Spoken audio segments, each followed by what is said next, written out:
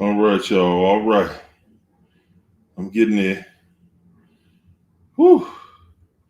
I'm getting there. Almost. There we go. Now we ready. Yes, sir.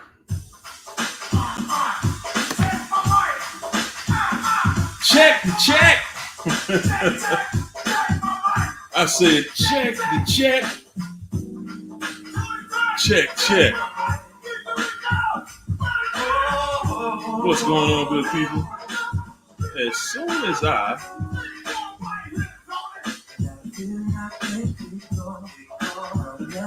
there I am, there I go, there I go, there I go, there I go. What's going on? Oh my goodness. You can't hear me?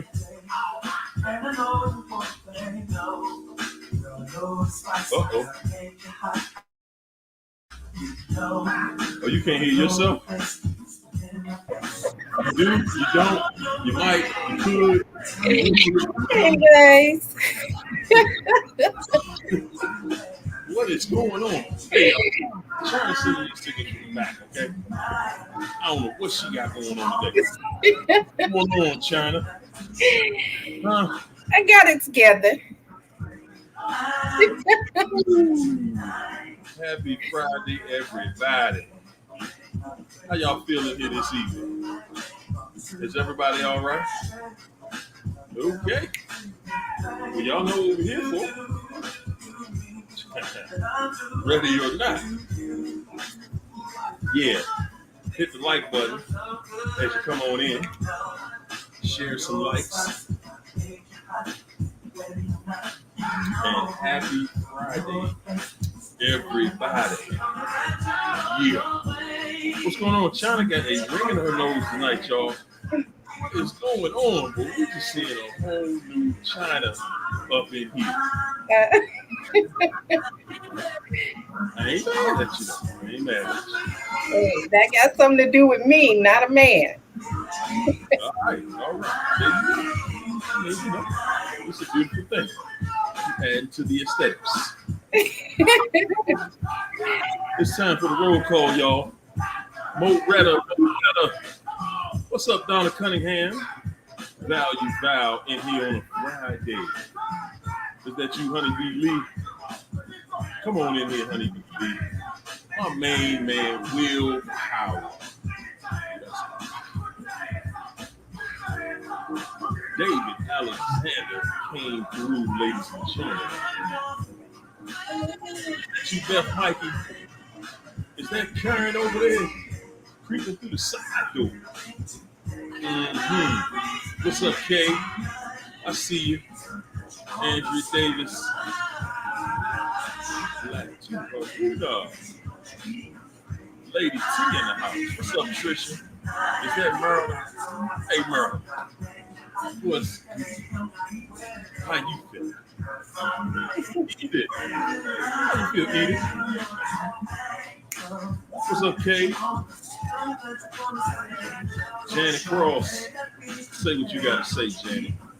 What's up, Danita Joe? Do y'all know that Danita Joe sings karaoke? Yeah. Yes, she does. She actually can sing a little bit. There you go. What's up, Jennifer? Man, Danita put her heart into the song. She put her foot in the song. What's up, Elaine B? Jen, Shawty, Rita in the house. What's up, Shawty? Trisha, Audrey Adams in the house. Arthur, Audrey Adams. Please say her name right. Arthur. What's going on, beautiful butterfly? What's up, Lauren?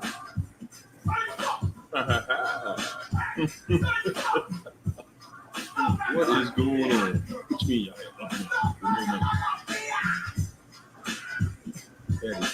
That is painful. My man, Derek. What's up, Derek? Joseph Furry. Miraculous. miraculous up in here. Librarian, Lady T, Angela Sunshine. What's up, Laura White? Trisha, Kimberly Ortiz, Rosie Sampson. What's up, Pamela Holland? What's up, Roxanne in the house? I see you, Roxy. Yeah. Janet Cross, Moretta, China in the chat. Bianca. What's up, Bianca? Danita Joe, Beth Mikey, Beautiful Butterfly, Trisha, Bella in the house. I see you creeping in, Bella. What's up, Alicia? Zena. What's up, Zena? Yeah. Did I get everybody? What's up, New England Beauties in the house? Yeah. Man, oh man. Hey, New England Beauty. You was incredible the other night. You know, I love the back and forth. I love, those opinions that are not the same. For sure. Keep that energy coming. For sure. Yes, indeed. An angel for you. What's up, Pony Up? Mm-hmm. Yeah, the family in Kentucky in the house. Yeah. Did I get everybody? Betty Boop, the alley you was jumping up and down. Is that you, MJ? What's up, MJ? What's he saying? That was Jamaica funk. It's old school jargon, China. Okay, it's not for you, young jitterbugs. You know what, Nikki? I've been hearing that for years that I look like Lily from SWV. I have been hearing that for years. Oh, that's what you was looking. My bad.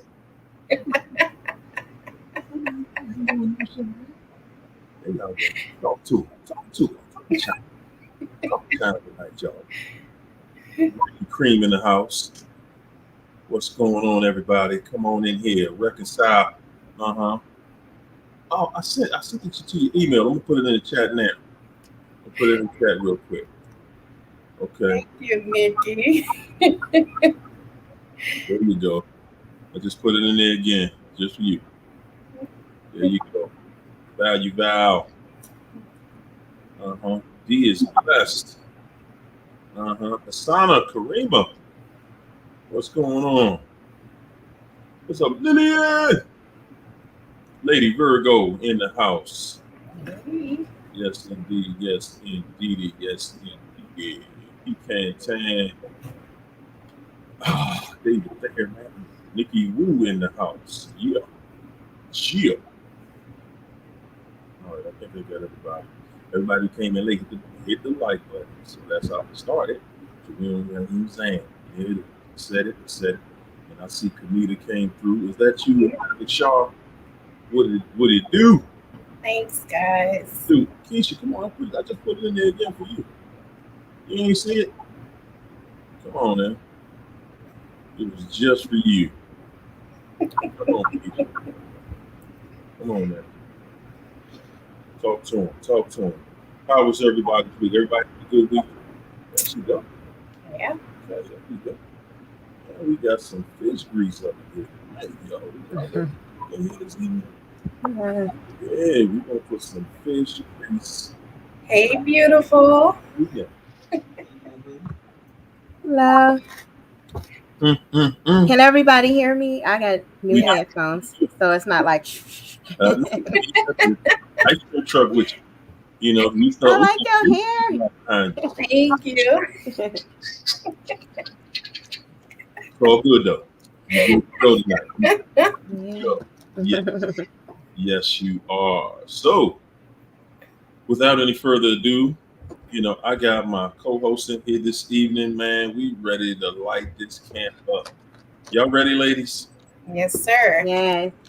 And explain why we have our smiles back. It was a lot of work. There you go. You're not gonna stop.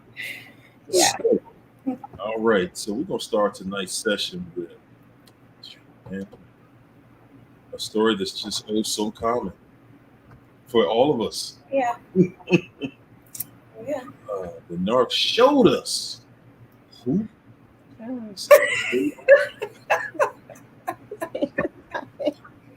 promised myself I wasn't gonna do that. I'm typing with one hand. I'm on the phone with the other hand. I'm reading something. Oh my goodness, y'all. Goodness gracious. Y'all gotta forgive me. Narc showed us who they are, yet we still believe. Yet we still we see what they're doing. We see it. We see what they are doing. We are experiencing everything that they do. Hold it. There's no manners. This is somebody's. I don't know what was stopping me. You don't even want to tell the story on what happened, because as you explain what all happened, you embarrassed yourself. Hold on. Hold on. Because what we're not going to do today is jump past our sponsorship. Mm-hmm. Keisha ready. I know. What's up, Kiki? And for everybody that don't know, I'm just gonna save it for my main man, David. Hey, Dave. Shout out to Dave, because Dave does the thing, nightly for us, because it's incredible to get sponsorship. And without any further ado, Connie Barnes is ready to start.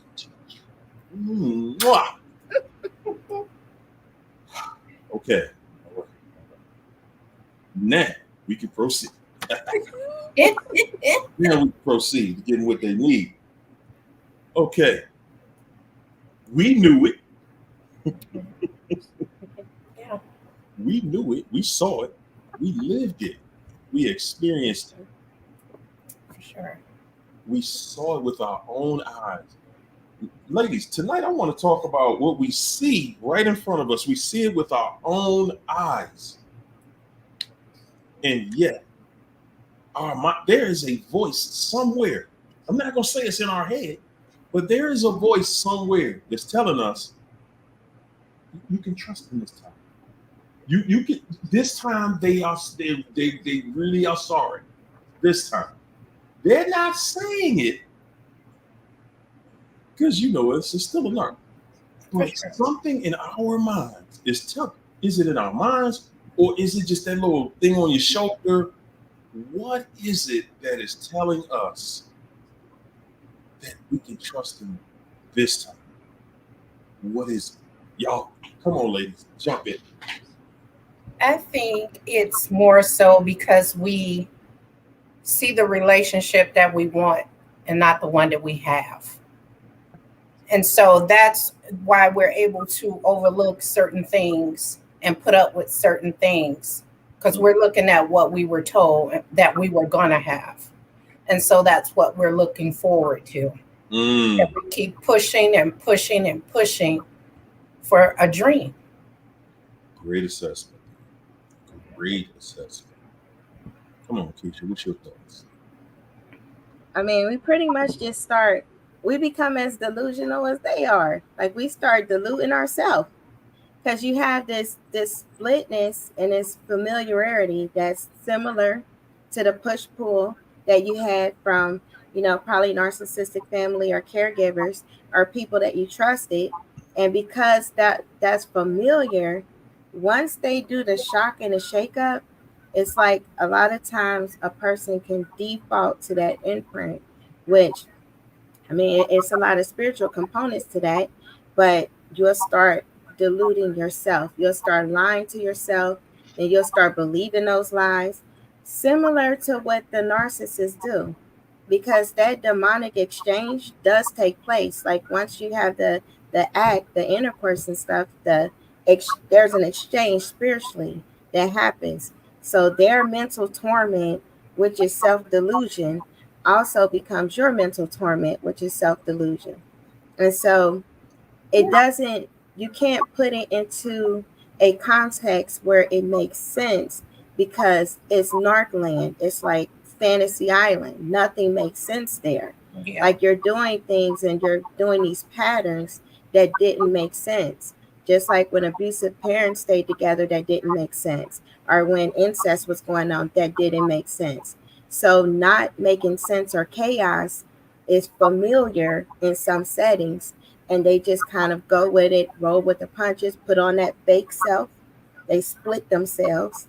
And once you are split and dissociate in a way or have another you know, America trains us to have two us, at least two, one at home and one at work. And you smile, you put on that stuff, and and then if you go to church, now there's three of you because you got your church you and your amen and hey brother, hey sister, all of that, and then so that's three, and then you got like you might have this club or a fetish that might be four of you.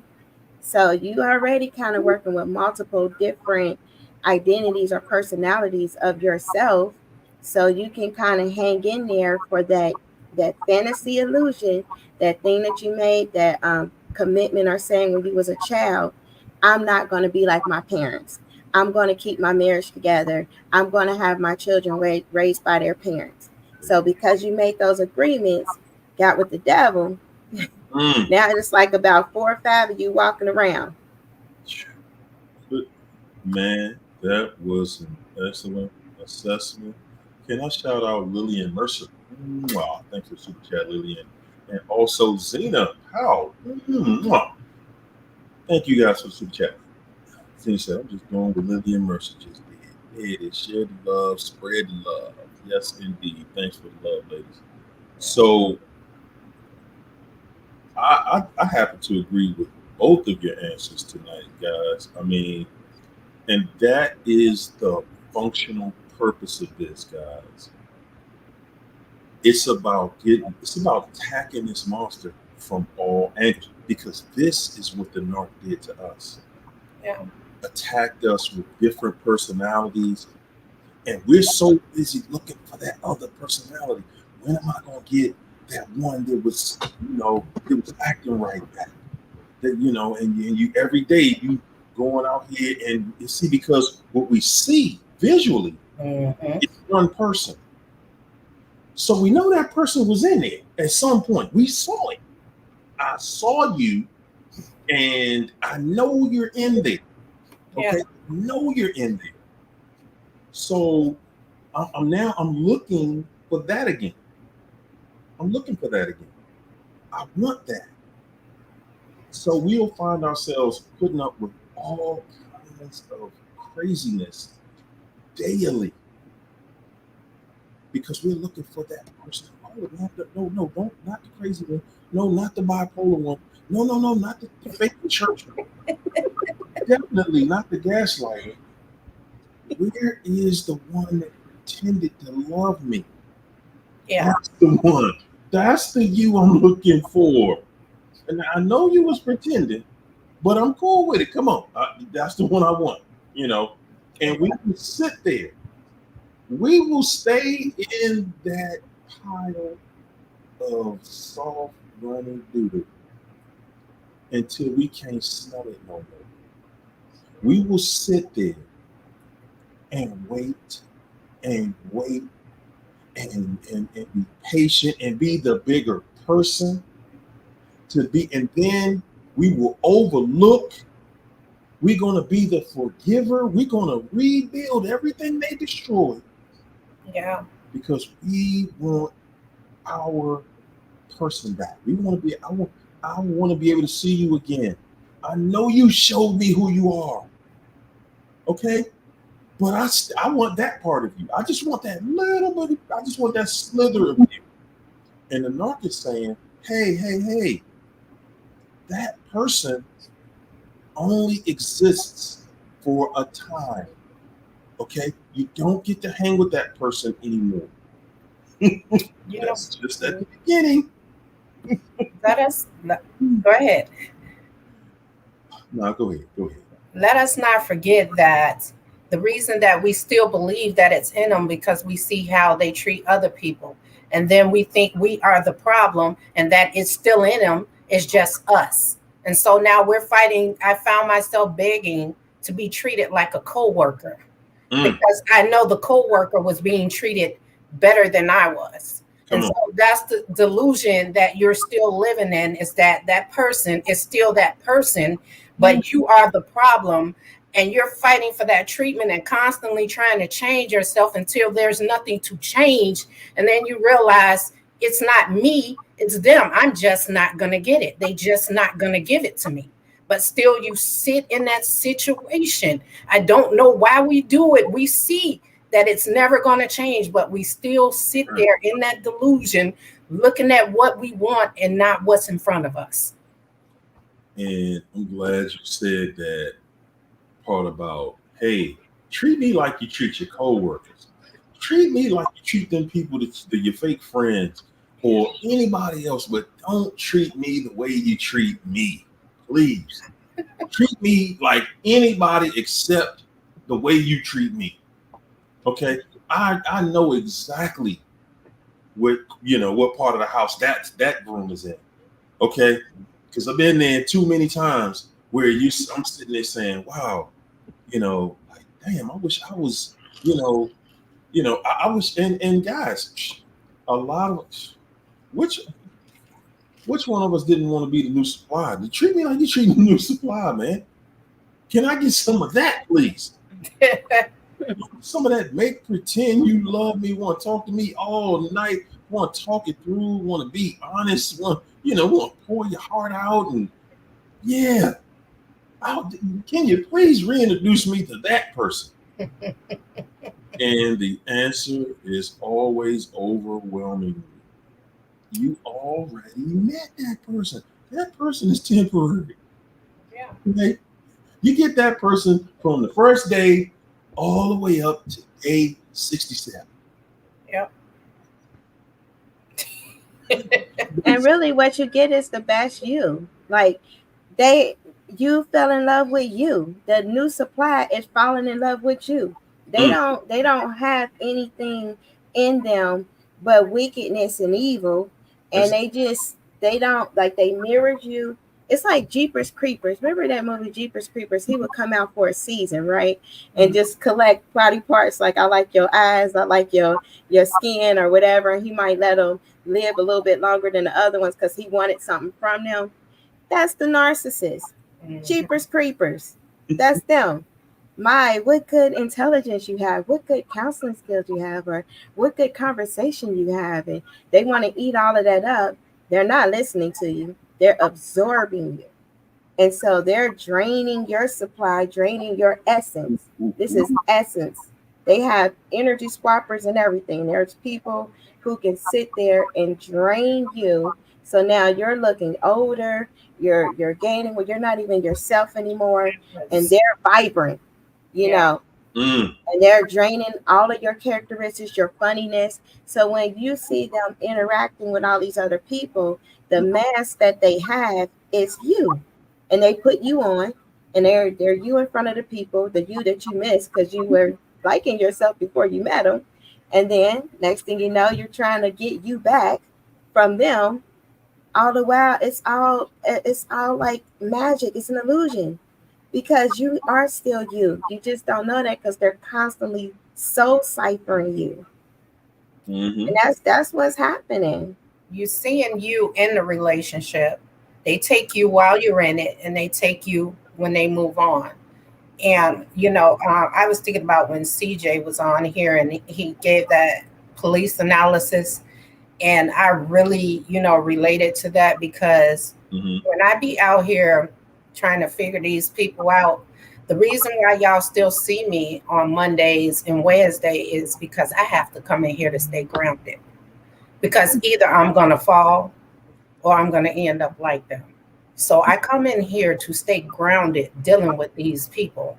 And I'm to the point now that I feel like I have enough information about these people that I don't want to deal with it anymore because it's dangerous. It has gotten to that point. And so I just want to say, guys, these people, this is demonic, because when these people come into your life, they bring in more demons that they collected while they were out there, and they bringing them back to your home. I saw something on social media where they're saying that if these people are breaking no contact with you, that's because they're coming back to give you a disease. So be very, very careful, because they said the STD rate is very, very high right now, and it's amongst women, and that the men are coming back to breaking no contact to come back, because then they know you're not going to leave them, because we wouldn't want to give that to somebody else. Right, because we don't even want that reputation Yeah. following around that, you run around here just infecting people. And the crazy thing about that is that with a narcissist, man, you're sitting here going back and forth with somebody, and both of y'all know who gave it to you. But they will convince you, ain't no way this was you, if they gotta bite you, because they're working on your emotions. A narc is going to work on your emotions. That's the reason that you believe them, because even though without question, you haven't been out with anybody, you haven't done anything. Yep. You're willing, guys. When somebody contracts something, at that point, the narc line's so good. Listen here, man. Let me take my hat off to the lying narcissist. Let me just say to the narcs out there, man, you the lyingest thing ever. You listen, hands down, you the best that ever did, that ever told a lie. Hands down. They tell a lie so good, you start searching for the lie. Yeah. You literally sitting there like, oh, you really lost your mind. Let me help you find it. Let me, I lost my wallet and you found it. Thank you. I know that none of the money that I had in there is still in there. My credit card missing, but thank you. I know we the only two in the house. We the only two in the house. The money gone from my wallet, and the narc will swear to you and will fight you. I didn't touch your wallet. I didn't touch your money. And then you start looking at yourself right there, and that's what the narc is looking for. I'm just looking for you to look back at yourself. I'm looking for you to now doubt yourself, because the narc is sitting there like, hey, I'm not going to back down. No. I'm not going to back down. And because they won't back down, we're thinking there's no way that you're lying, and you're lying. And the narc is sitting there looking at us saying, there's no way. It's no way that you sitting here listening to this lie I'm telling you. And now you starting to question this. They looking it right in your eyes. Up there it is. Oh, I see it now. You questioning yourself. Look at you. I said I ain't. Look. You keep playing. You play too much. Nah, you play too much. You think I would do something? What? Man, I don't believe you. All the stuff we don't get to. And they start talking about stuff, something they did for you, and now they're putting heat behind it. Because the narcissist is willing to put everything they've ever done behind that lie. Yep. See, we're not like that. We're not like it. We're not going to sit here and lie to you and then put everything that I ever did in my life on that lie. No. Man, we lying. We just like, look, you believe it or you don't. We ain't going, look, on my mother, on my children, on my this, on my. A narcissist is putting everything on the line, and they lie. Yeah. About everything that's coming out their mouth. Yeah. Every absolute thing. And again, tonight, y'all, that's right, Trisha, we talking about projection. What is it about us? And that's what I'm saying. That's what I want to identify, so that when you're looking at it, when you're dealing with it face to face, because we all do, you want to be able to say, whoa, this, that, okay. Oh, this is the part where you make me think I'm crazy. Okay, cool. Yeah. got you. No, guys, we're not doing the crazy no more. No. We're not going to sit here and I'm just going to pretend with you, that everything that you do, and guys, we sitting here, I mean, y'all the only two people in the house. The only two people with access to the house. Mm-hmm. It was either you or it was me. And I'm telling y'all, man, the narc will have you thinking you showed enough crazy to the point where you start thinking to yourself, damn, did I come down here and eat that out the refrigerator? He was sleepwalking. Doesn't make up anything. You absolutely will, man. And it's like we got that same little voice. There's a voice inside of you telling you that this person is lying. Yeah. Don't we believe that voice? No. No. Why? Why don't we believe the voice in our heads that's inside of us telling us the truth? Because what they do is so outrageous and so unreal. You're like, oh, hell no. No. Can't be. Because that's why they watch these movies. They do stuff out of movies. So when you run and tell somebody something, they be like, you sound crazy. I saw a movie that did that. These people be so far out there with the stuff they do. That's why people don't want to hear this when you run and tell them, because now you look crazy trying to run and explain that this person actually just did a whole fireworks in the bathroom in the house. Didn't catch fire. You know what I'm saying? Yeah. Man, that's crazy. Yes, Lifetime Movie Network. That's them. But they are liars. Like sometimes things be like a profession. Like if somebody is like a firefighter or something, like with the earth, like they fight fires, they do that for a profession. They're liars. Like they're not, truth is not in them. Like it literally say like they're like their father, the devil. Like the devil is deceived. They act just like Satan. He really think that he got a chance at ruling the world. He's deceived, and that's how they are. And it's person on here, Star, she was asking like, why don't the Christian counselor discern it? Everybody don't have discernment. Everybody don't know anything about like how the spirit realm work. Once you encounter a narc, you had some serious bloodline stuff going on. Some ancestors did something, but everybody got secrets, right? That's how everybody get into this. And then you encounter this witch or warlock type person being used by all kind of demons going in and out. And that's why they can't see it. They don't know. Like the narcissist is sitting up there completely. They might have a whole different eye color. Like they just DID, all kind of things going on with them.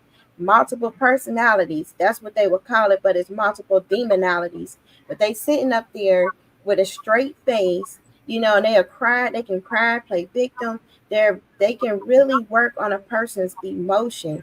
You gotta see it in the spirit in order for you to understand what you're dealing with, like the eyes going black and all of that. But they don't catch it, and they play God. They be like, they will anoint the people, the counselor and everything, bring the oil. Like I'm praying for her. I'm just hoping that she get it and cry and have the Bible and quote the scriptures.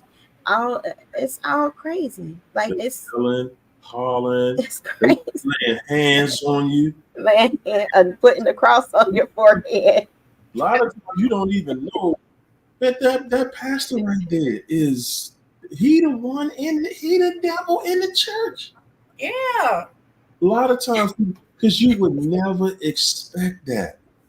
Of all positions, of all things, see, we have the nerve, we have the audacity to be naive. Mm-hmm. There's no way a pastor gonna go into church and be a pastor and serve the devil. Satan bold. It's a whole cult. They just have deliverance. Deliverance is like, you see what's happening. You see Greg Locke, all of them being called out, rightfully so, because rightfully so. He beating up on all his wives, okay? But they all That's in the media now. Like the recent news was that he's supposed to have evidence on some illegal activities that was going on with the other prophet, and they up there beefing. Who? The pastor, the Greg like pastor that was in that movie, Come Out in the Name of Jesus. It was a whole movie. It had Isaiah Salvador and all them in it. It was a big movie event. A lot of believers will know it because that movie came out and they had aired it. I guess I forget when it was around. Like I think it was this year, or last year, but they aired it. They made a whole bunch of money on it, and it's his second year. So he got this big ministry. I think Bibles caught on fire around Easter, like all this craziness. But they dealing with a narcissist, and it was to the point where I had just got out of my ordeal with a deliverance pastor on the whole little media stuff, and I was telling people like, wait a minute, why he a narcissist? Look how he talking to this wife, and I didn't even know she was the second wife, but they was in the twilight.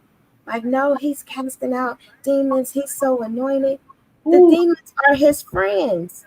They know how to shake people up, leave out, and go right back in. See, this is my question. If they cast the demon out, where they cast them out to go to? They put the whole show up there.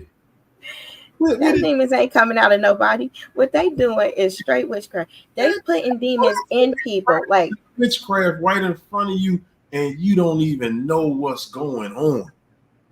Talk to them people 2-3 months later. And look, and then because the level of respect we got for the church, because of the level of respect we have for ourselves, we ain't calling it out. But they don't get in there, and I mean, they have given us, and guys, I mean, at the end of the day, it is what it is, man. It is what it is. The devil coming for you in the straight path. That devil coming for you in the church, in the club, at your job, anywhere he can get you. Yep. If he can confuse you right here in the church, you going to the church to make it right with God. At least that's what you think in your mind. The mindset ain't right. It's still idolatry. Like your mind, in order to get free, that only take one. That's only take Jesus. But you gotta be healed. Nobody knows the trauma that they gotta be healed from. Because as soon as you come out of something, you run to God because you're sick. You go to the church organization. The pastor, if they're a narc pastor, and there's many narc pastors, they in it because you get a lot of money. You don't have to work. That's right up the narc's alley. Don't work much. Man. Everybody listen to what they say, and they get paid. Listen, that's it. And listen, and that's just one side of it. Yeah. You don't think that Diddy and them the only one who throwing parties like that? Oh, y'all didn't know about that side. Yeah. Oh, it's a whole nother side to the gospel realm out there, them parties and those. It's an organization. Like they stand behind each other. Like there's an organization. The second husband, if you try to say something, even like as a wife, one, they will replace you. They will all get together behind your back and have a whole nother wife ready to take your place. Because beyond anything else, the organization has to have a front of a united front. So they have to have a wife that is on accord with the pastor, no matter what the pastor is doing. But you know, God is not in that kind of stuff, and that is coming out. It's now coming out. But he got people that do love him. Like there is a remnant, but you only gonna know them about how they act. They're gonna be kind, you know, they're gonna be nice, and you're gonna be able to tell that, you know, they have a relationship with God. One pastor, he real public speaker, Indiana public speaker, pastor on TV. And you know, I had like a little music group, and he was like, "Hey, you guys can come out do this gospel stuff, the gospel music." And then he like DM me like, "Hey, can we get in a hot tub?" You know, all of this stuff. And I'm like, see what I'm saying? First of all, you married, first of all. And second of all, if Jesus and the Holy Spirit ain't in a hot tub, why would we get in a hot tub? And he said, "I don't even like talking about all that God stuff. I was like, that's your perfect. Ain't you a pastor? Like, that's what you do for a living, right? Talk about God. This is what they dealing with. He's saying, I'm a performer. He a public figure. I get to get this platform. Y'all don't have a clue as to who up here talking because y'all not studying. And he know we ain't studying. You came here to hear this gospel. You came here to learn the gospel. Guess what? If the devil teaching it, then everybody gonna walk out of there confused. And the one thing that you know, now I'm not gonna go out here and say that every church you go to is just this, you know, this charade, you know, this cabaret. But you do have a lot. You do have a lot. But anytime you are around some confusion, that's how you know, right there. When you at church and you just sitting there and it feel good, you know, they singing the choir singing some good songs, and then the pastor give y'all a good word, and we ain't got no confusion. I can roll with that on Sunday. Yeah. You know, but the part I can't roll with is, you know, when everybody start meeting and, you know, it turned into a meet and greet, it turned into a cabaret, it turned into, hey, we all gonna get together over at such and such, and you know, you should slide on through. Because I'm saying, just like they talk about in Hollywood, it's the same thing. Yeah. Oh, it's the same world now. No question. Oh, yeah. You should ask like everybody who like in the chat, you should ask them, everyone who went to church, how many of their leaders had taught them about marine spirits, spirit spouses, witchcraft, warlock stuff, how to fight it. How many have heard that? Because they should know that. That's how you get free from this. None of them. And you know what? I woke up when my pastor. When I woke up when my pastor came to church and preached, and he said he had a dream that he was climbing a mountain and a bunch of bloody hands was grabbing at him, trying to drag him down. And he was like, that was God telling me I have a lot of blood on my hands. And that right there woke me up to let me know that he was leading us in the wrong direction. And that's when I started reading my Bible and everything at home. And you know what? You're right. It is an organization. That's why these pastors are able to SA kids and they don't come out for 30 years. And then they've already been switched around and moved here and moved there because the organization is protecting their name and also protecting that person. And the victim, they're not victimizing the victim because they can't, because it would look bad, but they are protecting the people who did this. How are you doing this to these kids and they come out 30 years later and you just now hearing about this? It's crazy. And you know what else? You know, like you was just saying, Keisha, the church, you know, they talk about all these demons, but you know, Pastor, how do you protect yourself from that? You know, how do you protect yourself from picking these demons up? You know, since it's a demon, and then, you know, how could a demon have more control over me than I do? You mean a demon can just walk up to me and take over my vessel? Now, before we start agreeing with that, right? Can I tell that to a judge in a courtroom?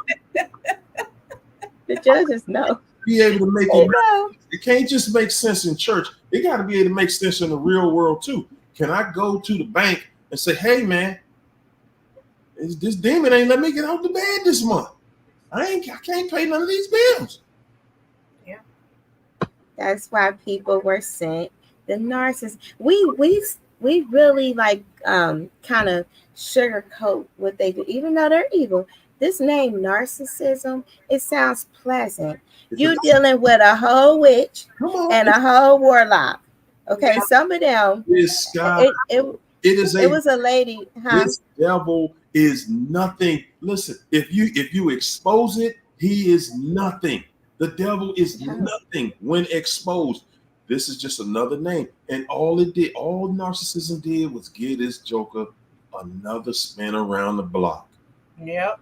Because that's all this devil want is time. Come on, give me some more time. It's time. And they get in your mind. See, the narcs thing, like the whole goal was anytime somebody usually going to a different point of like elevation or turn in their life, usually that's when a narc is like dispatched. And the goal is to take your mind. Like they literally, when people say they put a spell on you, they literally do. Now, some of the women learn how to put things in food, spaghetti, and all. They do things. They put things in food. Yes, They indeed. get it's some ladies go to a special practitioner, have things done to them, their stuff, and anybody who interacts with them, my brother did work for one.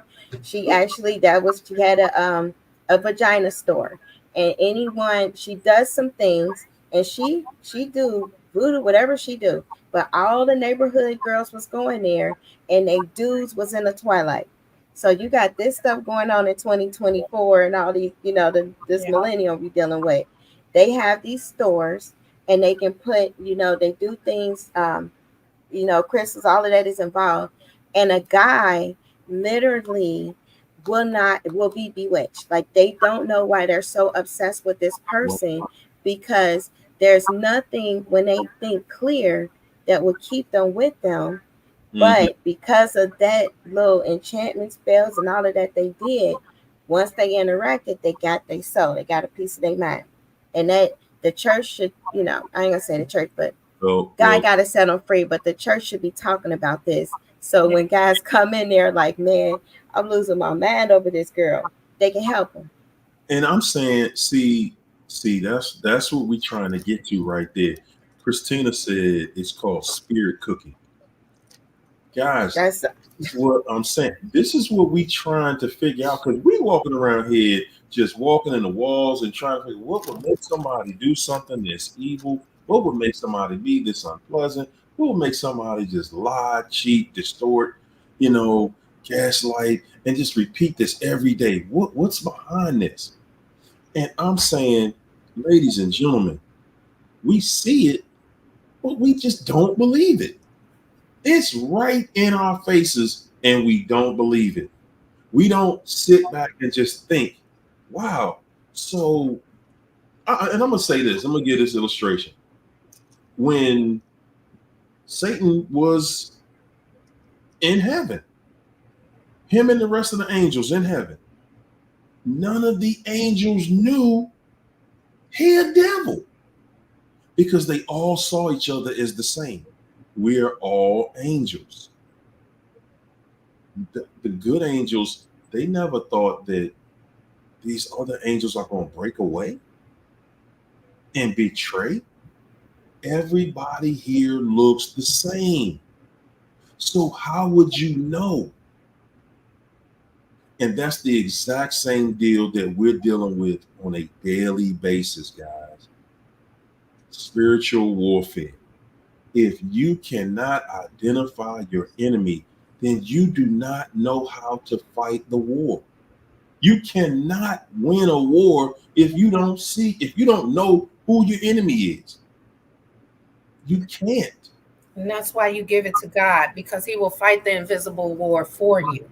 He will fight what you cannot see. He are in rooms hearing things that you are not privy to. And so a lot of people think that the betrayal started with Judas. No, it started with Satan. It was greed. It was jealousy. And that's how you know this is a spiritual thing, because that's why Satan cannot be redeemed, because he's already in the spiritual world. And that's why Jesus had to come.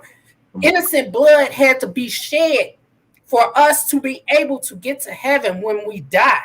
And so that's why we have a chance. He's already in the spiritual world. There's nowhere for him to go. So that's why God won't forgive him.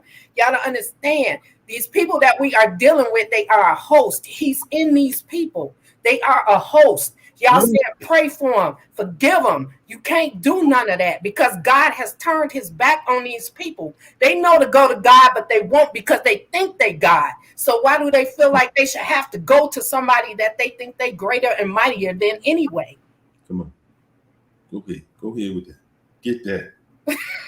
They God haters, like, and I heard like even family members talk, and it's like they could be going through the worst stuff, and you can just tell them like, God is, oh, I heard all that, I don't want to hear that, Yeah. in their mind, they're like a blank slate, like how the Hollywood stars do, make themselves a blank vessel because they emptied out all the good. They only think about how can I scheme, connive, get over, survive. That's it.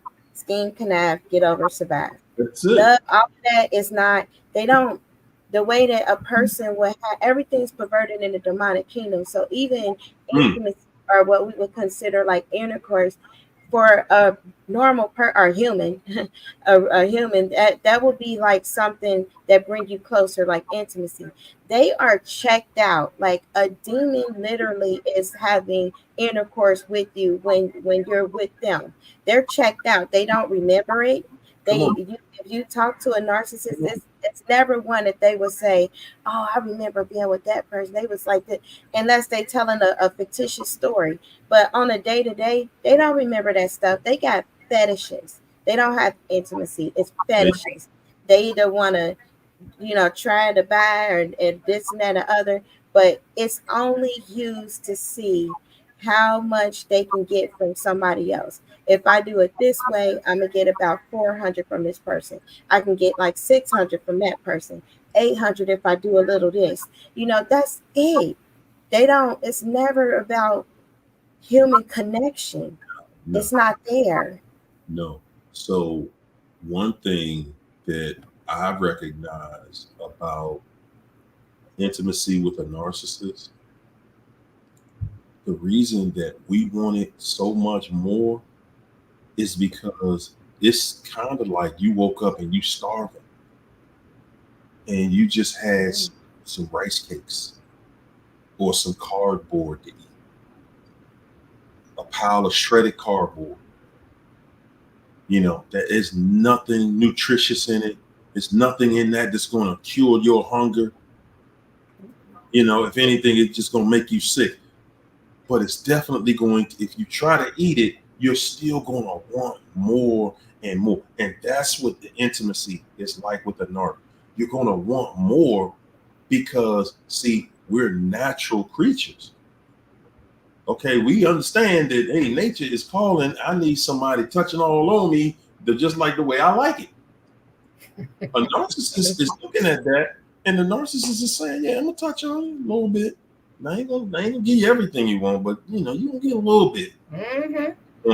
And it's gonna replicate well enough because at the end of the day, that's all they know. That connection that you're looking for something electric to happen between y'all. A narc sitting there like, well, you better go plug yourself up to that electric outlet over there. If you think something electric gonna happen in here, all they gonna do is play with your mind. That's all intimacy is with them. That's somebody playing with your mind. And if that person has a stronger will over intimacy than you, then they will make you a slave to that intimacy, that intimate connection with them. They will make you a slave and they will torment you. Yeah. They will absolutely torment, and they will do things to you like right in your face, and they will flirt just to see what it makes you feel like. They'll flirt with somebody and then look at you just to see the reaction because they know, oh yeah, that cut you right there, didn't it? Yeah. They making sure that, yeah, I'm still the boss over you. I'm still in control. I got something you want. And I'm controlling it, and you're not going to get it the way you want it. It's going to be rationed to you. You're going to be walking around here like, you're going to be starving. You get on your knees and beg for it because they know you need it. They know you want it, and they want to see you get on your knees and beg and still won't give it to you. It's just how heartless they are. That's because they're looking for anything that they can do to destroy you. We see it right in front of us, but we see it and we don't trust what we see. We're sitting there thinking, I know this person has needs just like I do. Yeah. Yeah, they can have needs, but not like your needs. And that's why I continue to say, guys, vengeance is his, man. Stop thinking that you're gonna get your lick back. Stop thinking that you're gonna pay the narc back, man. I'm telling you, the little petty little thing, whatever you do, listen, I'm gonna say this to everybody in the chat tonight. The worst thing that you possibly could think of most of the time, and when it comes to paying that narc back, getting your lick back on them, is cheating on them the way they did to you. I'm telling you. And guys, I promise you, I'm telling y'all this as a man. Yeah. Not only is it not going to work, right? Guys, but the narc, they demons gonna reward them. You dirty just like me. Mm-hmm. You're the same thing that I am. So okay, now we're both narcs, because that's their way of saying you just like we're one and the same. Come on, let's just keep on lying, cheating, stealing from one another. Yeah, they force you to do that because they were suspicious that you would do that anyway. They figure you ain't that good of a person that you don't cheat. I cheat, so I know you cheat. So they push you into that so they can say, I told you. That's all they looking for. Guys, guys, listen. China is crushing us tonight. China is in this joint cooking fish grease. Listen, these people, if they can convince you to do what they do, then they win. Yeah. The object of the game is to turn you out, not them. Yep. You're never going to convert a narcissist. It has never been done, and you're not going to be the one that does it. Yep. We are strictly here to keep you out of doing. They're here to keep and make sure you never step into your purpose. You have the audacity to learn your purpose in this world, your purpose in life. Because see, they know once you learn what it is, then they know they're not a part of it.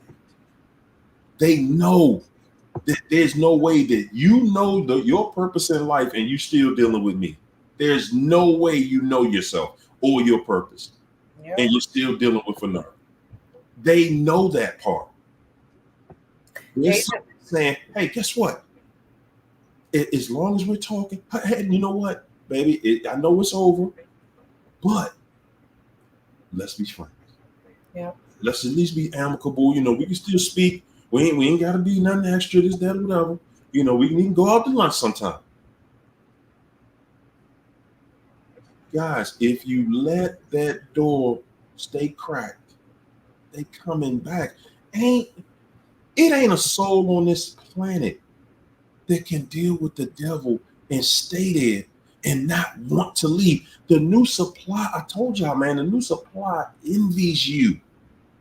I know they envy you. Listen, I remember being there thinking, damn, man, the dudes who got away, they got away and probably dealing with good women. Yeah. And they think I got to. I used to find myself in that marriage saying, no wonder why your ex didn't want you. No wonder she gone. You know, no wonder this. No wonder that. No wonder she said that. No wonder she don't want nothing to do with you. You know, because now you're looking like, damn, this is what she had to deal with, and she gone, and now I got to deal with this. It's like, oh my God, their job. Hey, listen, if y'all think for 1 minute that the new person not getting their episode, if y'all think for 1 minute this narc, as rigid as that pattern is, why do we think that though? You saw it. They showed you exactly who they were, and we still don't believe it. We still sitting back here looking at they and went on to this other crazy mess they in, and we think, oh, they still together. They only to get, listen, if a narc stay with somebody long term, let me tell you the reasons why they stay in a relationship long term. Number one, they are always looking for new recruits. They're always looking for new recruits. And the best way to get new recruits is to look like relationship material. They know what they did to you, especially for you guys who were married to a narcissist. If you were married to them, they were immediately in another relationship before y'all got divorced. Okay, before y'all broke up, they were in a long-term relationship with somebody else. Okay, Couple people. And they do not want everybody looking at them the way they look at them. Everybody's always looked at them like, yeah, we already know. You're going to get with somebody, you're going to take them through that same old tired mess that you take everybody through, and then you're going to be with somebody new. And you're going to always say, oh, no, they turned into this, and oh, no, they did that. And they was everything that the narc did to you, they're telling everybody you did it to them. And they're hoping that somebody believes it. They're hoping that this new supply, this new person, just keep feeling sorry for me. That's it. That's all they want. Please just keep feeling sorry for me because the other person got away. My other toy got away. But you know what, Harry-O? But society has made it easy for men and hard for women. See, when you say that, that is reference to women. See, but men are allowed to sleep with this woman, that woman, cheat on their marriage. But when a woman do it, we are all names and this and that. But a man, he's a man, when he do it. And so, but you know what though, China? When you look at it, you got to look at it like this. It's wow, man. This is so. The differences in men and women, man, it's so crazy when you look at the life of a man. The life of a young man, young men out here got it rough because all of these things that women like, all these things that women want, these six-figure guys or guys who just making a decent salary. We ain't going for we're not even going for the elite guys. Let's just go for the rich guy. When you're young, every man in this chat knows when you in your 20s, you wasn't making no money. You in your teens and your 20s, you wasn't making no money. no. You don't, as a man, we don't really come into our real money until we're about 40. Most millionaires don't get that way until they're about 50. But a woman uses her looks, her beauty, and she can choose what she wants to choose, who she wants to choose from 17 on up. When y'all turn 18, y'all snatching everything y'all want. Everybody is on the menu, and you get to have anyone you want. An 18-year-old dude, he can't even get a 5. He's lucky to get a 5. He's lucky. When you're 18, 21, 25, you're lucky. You gotta kind of hold on to your high school sweetheart. Because if she got out into this world and these older men with money, please, how's she gonna pick me when he can fly her on his exotic vacation? He can buy her all the little stuff she like. And so what I'm saying is that a woman, y'all have y'all time when you're young. You have all the choices you want. And that's why women mature faster than men. Because, hey, y'all gotta know this at a young age. See, but now this devil done got into the mix. The devil has gotten into the mix, and he's like, hey, we're gonna hold this thing up a little bit. And now he's pushing women to be out there like you're a man. And at the end of the day, like it or not, you can be a female millionaire, billionaire, trillionaire. You still gonna want a man to pay the bills. It's not that you being greedy. It's being a woman. You want somebody to take care of you. That's nature. That is nature. And a man, we can't do that. We can't just go and get in a relationship and a woman is taking care of us and we feel fulfilled there. Man, we don't even feel right. If the woman, if we don't, I'm saying as a man, if I'm with a woman and she don't need me for nothing, I don't even feel like I can really be with her. She don't need me for nothing. And it's like telling me I don't want you. It's like you being with a woman and she cooked for me and I'm like, man, you can't cook. Man. Everything you cook tastes like trash. And she just get the feeling like, well, I'm trying my hardest here and you won't even, because I'm saying, you can learn how to cook. Especially when you really want it to be good, you'll learn how to cook something. If it's hot dogs and beans, you learn how to put some sugar and some cinnamon in there. And hey, this got some flavor to it, right? So as men, we gotta wait until much later in life, before we really start living. Men don't really get our money start coming in until we get in our 30s.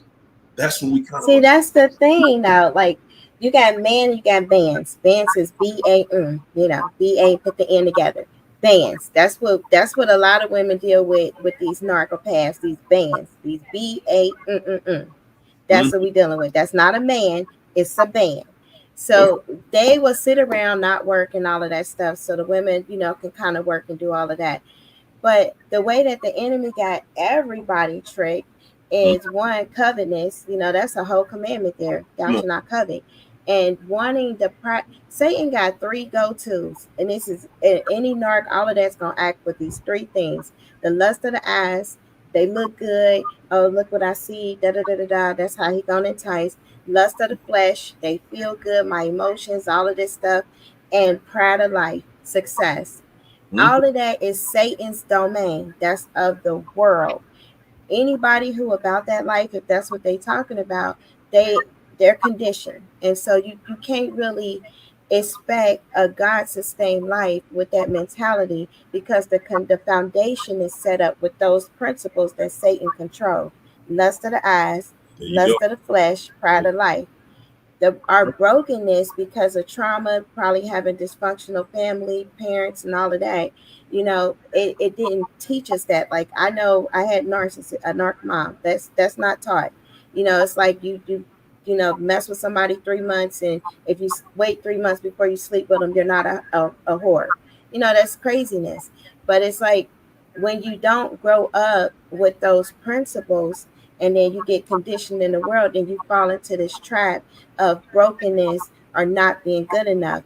And that's how we missed with the narc.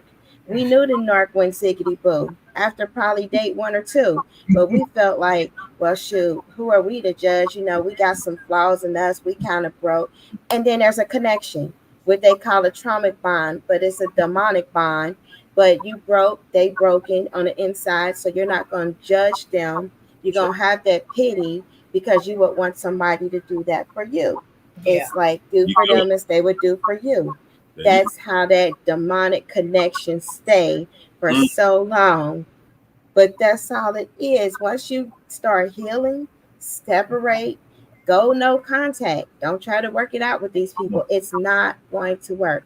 They're not wanting to change. They're not even honest. If they would be honest, make a public confession of the thousands of people they done slept with in the past hour, then maybe you'll have a chance.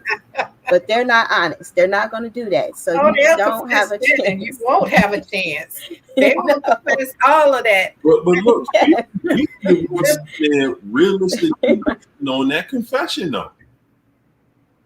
Yes. Even if they say, they have to do it. Like you have to see them. Love is an action word. It's not something like you speak. It's a behavior. It's called agape, like love the way God intended it. They show you they love you by doing the things that love is. It protects. It's honest. It's not easily angered. It's not lying. It's not boastful.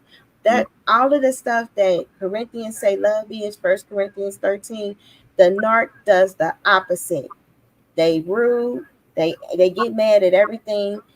depending on who calling. If they hit a text to the new supply or the side supply or whatever dishes they got out there, they didn't get a response in 10 minutes, they mad at you. Okay. You gonna They pay. mad at you. So they get easily angered. You come in there in that room and disturb their connection to that person, man. Talking about you getting somebody getting cussed out. It's your fault. Because is when they got, it's an adrenaline for them. Mm-hmm. It's like, I got this one on my line and it feels good. I look at it, they already thinking that they hit the jackpot. I got another sucker on my line. They think they hit the jackpot. They don't have a clue what's coming. Nope. They're not gonna see this coming, and then here you come in the room, and you don't just because guys, when a narcissist is doing their work on you, that's an energy. They're bringing an energy to you. They're not just sitting there like, when you talk to them, they just, hey, yeah, what's up? Blah, blah, blah. It's no. There's an energy that they bring to you. There's an excitement. They're building something up for you.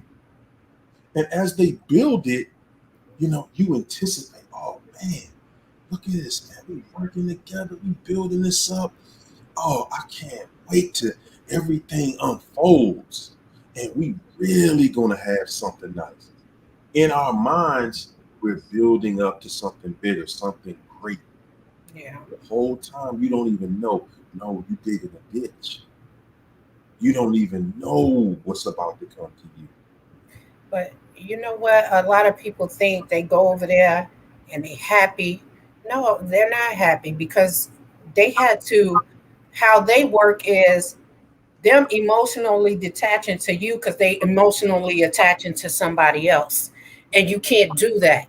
You have to sit and heal. You have to rebuild connections with your family. You have to rebuild the connection with yourself. You have to rebuild yourself in order to heal, in order to build a connection with somebody else. So they emotionally detach from you because they emotionally detach it to somebody else. And that's why it's doomed to fail. And eventually your name keep coming up is because now that you are coming back up because they didn't detach from you the right way, the healthy way.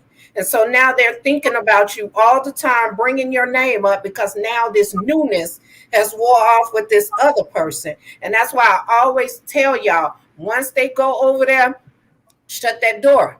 Don't shut the door in the hopes of them coming back. Shut that door for good because let them be over there with that person they thought that they wanted to be with. And it's crazy because people think that they are living their best life with somebody else's wife or husband, not their own, somebody else's. Hold it. We're not walking past that. These people really, man, we be in this chat really believing that some dude or some woman out there living their best life with somebody else's husband or wife. Not their own. You crazy. In the church. You crazy. If that thought is going through your mind, yeah, you losing it. Yeah. You losing it. That if you think that some mess like that is blessed, sure. You think that, oh, they still dealing with each other in total chaos. Yeah. A lot of y'all don't even know the only reason the narc. Let me tell you, we're gonna go ahead and peel some of these layers off in here this evening for y'all. A lot of y'all don't even know that narc is only dealing with that new person just because they know how much it hurts you. Can I add this thing because they or love it? They know it's hurting you, and they ain't got no other way to hurt you. Let me add this to that before you go further. And the only reason why they still with that person is because you haven't unblocked them yet. If you unblock them and say, I want my family back, they're going to come back. That's the only reason y'all be wondering why they with them so long, because you blocked them. If you unblock them, they coming back. Man, ain't no way, man. Ladies, don't want them back. A lot of y'all don't even understand. that narc is only there to make you feel insecure, to make you think it was you. Oh man, it must be me because it looked like it's working over there. Yep. Telling you crazy if you think that. You crazy if you think that mess a narc somewhere acting right. Love somebody, you crazy? You was with the narc. Yeah. You the proof that they don't love nobody. And they didn't just start, well, what if they just met and this was the right person at the right time? While they was married to you, they met the right person at the right time. The part that we not gonna walk past, the part that we are not going to walk past is they met while y'all was married. I used to think that though. I did like, well, maybe You was married to somebody and you think that they're out here living their best life while y'all was married. And they while y'all was married. Right. It's not possible. Not at all. Possible for somebody to enjoy their life with that kind of trauma coming back to you. Yeah.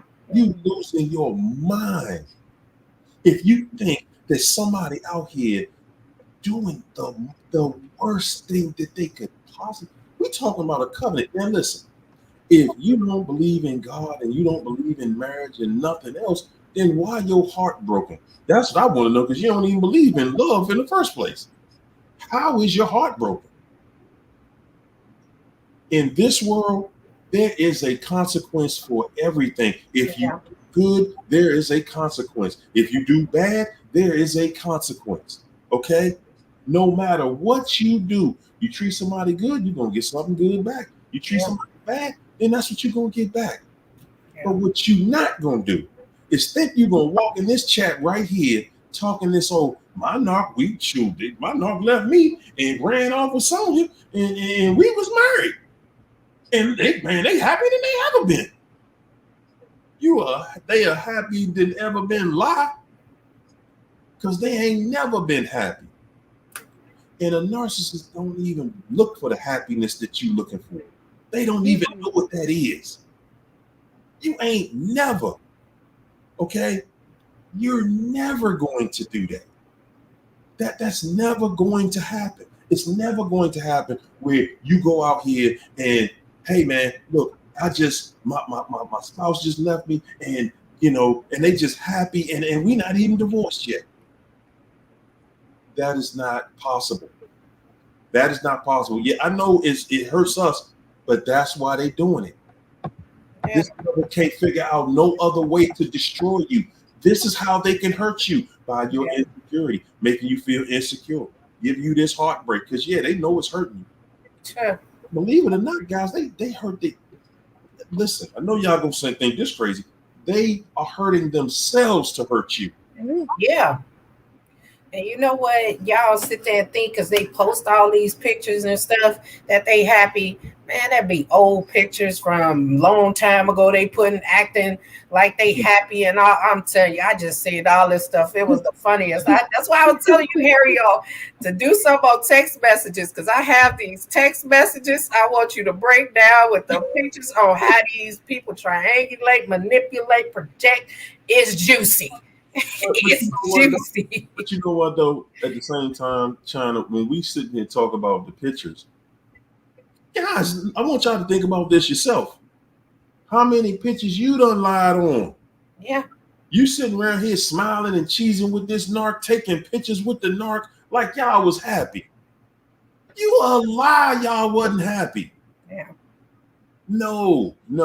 You only feel betrayed because the narc done ran off and just did something crazy. You just feel betrayed. But you wasn't happy when they was there. No. Was insecure when they was there. There is no such thing as a narcissist just giving you this life that you just adore, and they treat you with so much love and honor and dignity and respect and reciprocity. Stop it. A lot of people. And a lot of people think because these people left them that that's the worst pain you can feel. I know people who walked away from it and still feel the same way the people felt who got left. Exactly. Because nobody wants to lose. Nobody wants to lose something they plan forever. When you with somebody, whether you married to them or not, that's your future. That's something you was looking forward to. That was a whole fantasy bubble you was living in, and it got popped, and then your ego kick in, and now you want to fight for this person, and you want this person back when you know this person is no good for you. No, you willing to overlook everything they did because you want, now you in competition with somebody else to get your partner back, to get your spouse back, and that person is not even worth it. They don't have no value. We lower our standards to try to get somebody back that didn't see value in us. I don't care what y'all say. They didn't see no value in us. They saw our light, but they always saw us as trash because these people think they know it all. They think they smarter than you. They think they smarter than doctors and everything. They didn't see no worth in us. That's why they love victims. They might get with other narcissists, but they love victims because they want to keep you a victim, because that's the only way that they can continue to abuse you. And you know what? I'm glad you said that. They think they are smarter than doctors because they know they full of, you know what? They know this ain't nothing but an act. And you got a doctor sitting here trying to diagnose me. Look at you, doc. What am I doing? I'm cuckoo for Cocoa Puff. When I do this, stop. They sitting there like, wow, y'all done made a science out of this. Yeah. Grandiose. They are definitely grandiose. Exactly what I'm doing. Yep. And you still don't trust what you see. You see exactly what I'm doing, and you still don't trust. Look at you. We talking about science now, y'all. Yeah. You see what they're doing, and we just, oh my gosh, this is science. Look at this. This person is crazy. The only way you would do that is if you're crazy, right? Right. Well, guess what? That's a narcissist. Yeah. They do it because they love it. To be, and they have and people have pride. Like that spirit of pride is a blocker. It's a Leviathan spirit. He really a blocker. He got the scales, so you won't see it or you'll trick yourself. But even narcissists stay in like the past. They stay stuck in the past fantasy. And you know, like one example, my ex from 20 years ago, just had an episode this weekend with my 17-year-old. This is how they think. This is how this works. If it can help anybody, that person was like the new supplier or the person that interfered with the marriage or however. They never married, but they've been together this long. However, they're swingers and they always leaving each other, fighting, breaking up. So they're together or portray like they're together because one, they both can connive and grind. They don't mind being criminals for each other. They both are equally wicked. They don't care. And that's what they can be with vindictive people. Then they both always feel like they have to be together because they think you're watching them, even though 20 years passed. And he was talking to my son. He convinced my 17-year-old because the 17-year-old didn't want to clean up. He convinced him to try to trigger me, and record. Like my 17-year-old is saying little words, and I'm like, "What are you talking about?" And he's like recording, like, "No, don't hit me, like making up stuff." Because he a narcissist in the making. I told him narcissist in the making, you got to change. But what the father is on the phone coaching him. Yeah, you need a recorder. Yeah, just don't say that. Yeah, just record her. Just tell her to do. Still 20 something years later. And so they're always thinking, how can I try to ruin your life or make it difficult, even when they go through the children? Because the other children are grown, but the 17-year-old was the baby, but they still go through the children. They will use the children to try to still get to you. And the girl be in the background, they're in the background too, like, oh, I can't believe that. They love chaos. Yes, they do. Love drama. Mm-hmm. They love to try to cause a riffraff in the house to try to make themselves relevant when they are irrelevant people.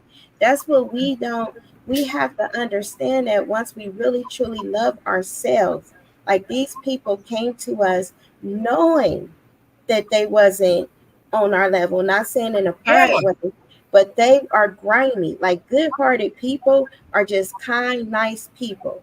They know they're not kind or nice. They know they're grimy. And they came to us knowing that they're grimy, that they only like to cause pain, destruction, and get a gratification when someone's miserable. And they came to us anyway.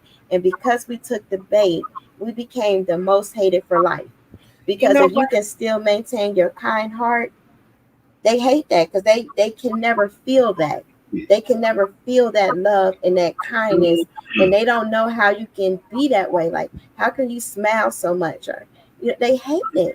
Yeah, because you know what, y'all, they karma is spending their entire life looking for greener pastures. Can you imagine have to always start over and see yourself as a failure? Because they know they a failure. People know they a failure. You done had 20 relationships and you the common denominator. People know that these people are not relationship material.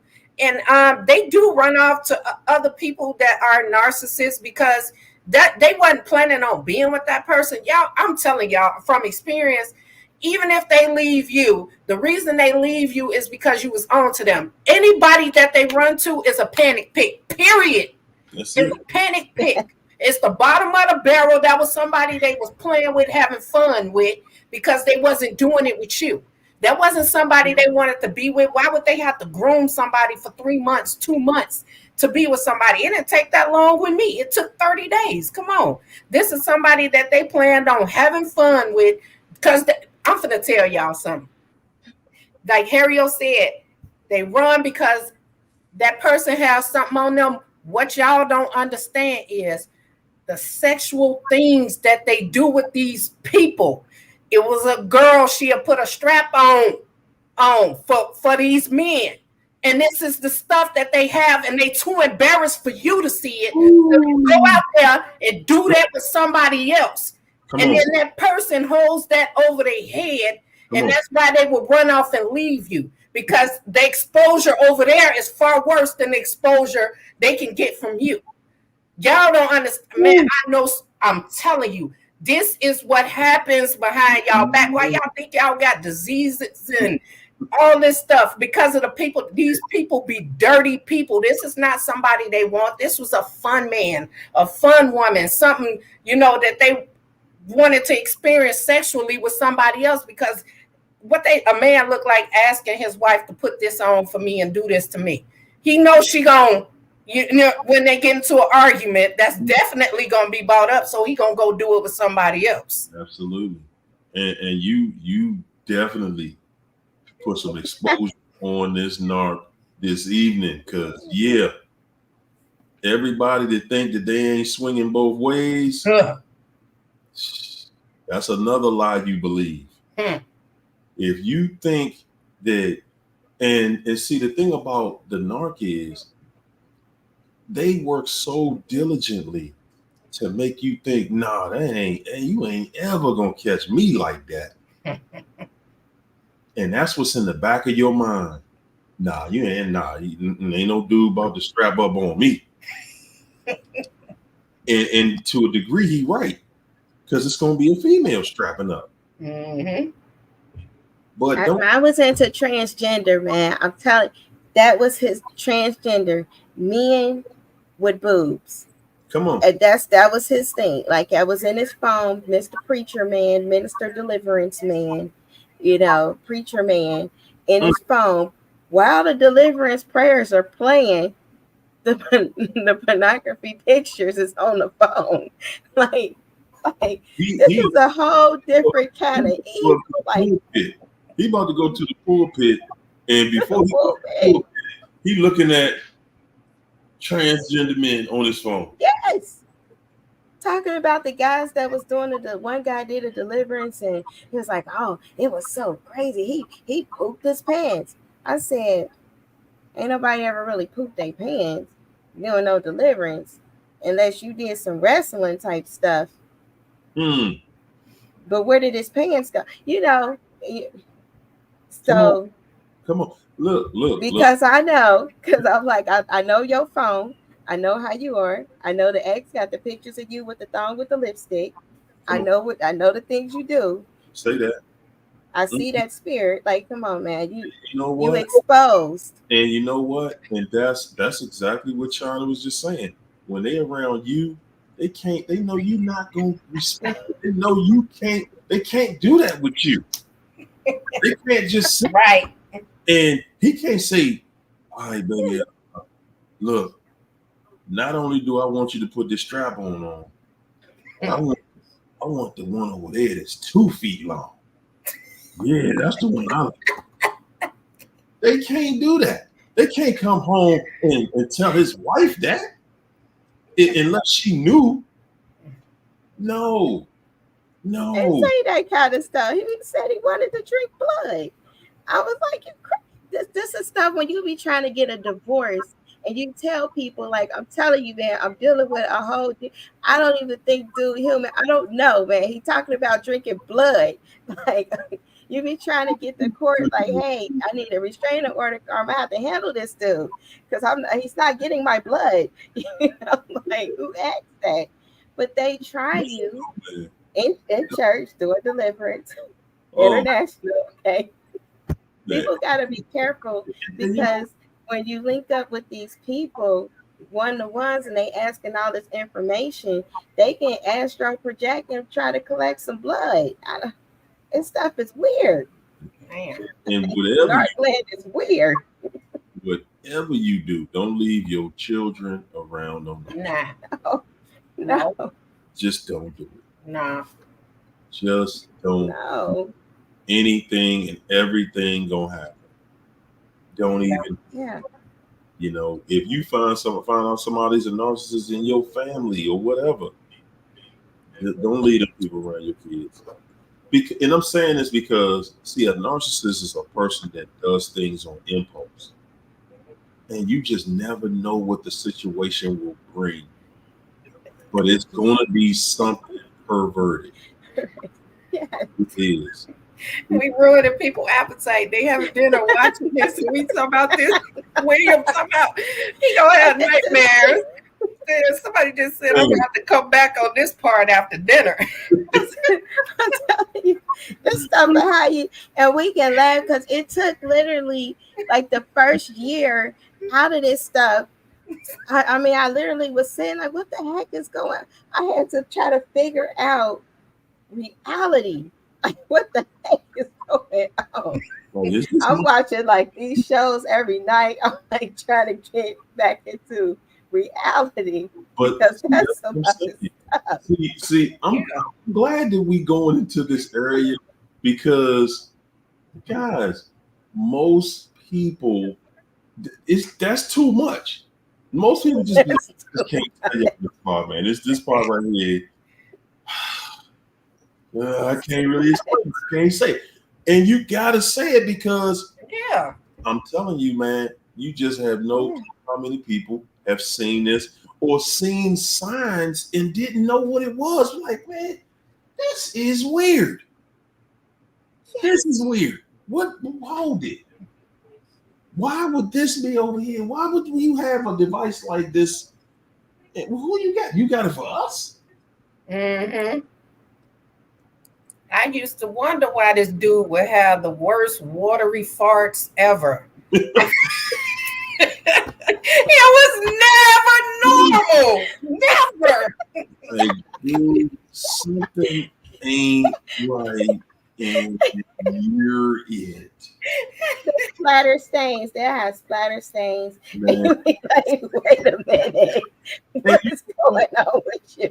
You know what? So this is the part where for men, it's a lot more than it is for women.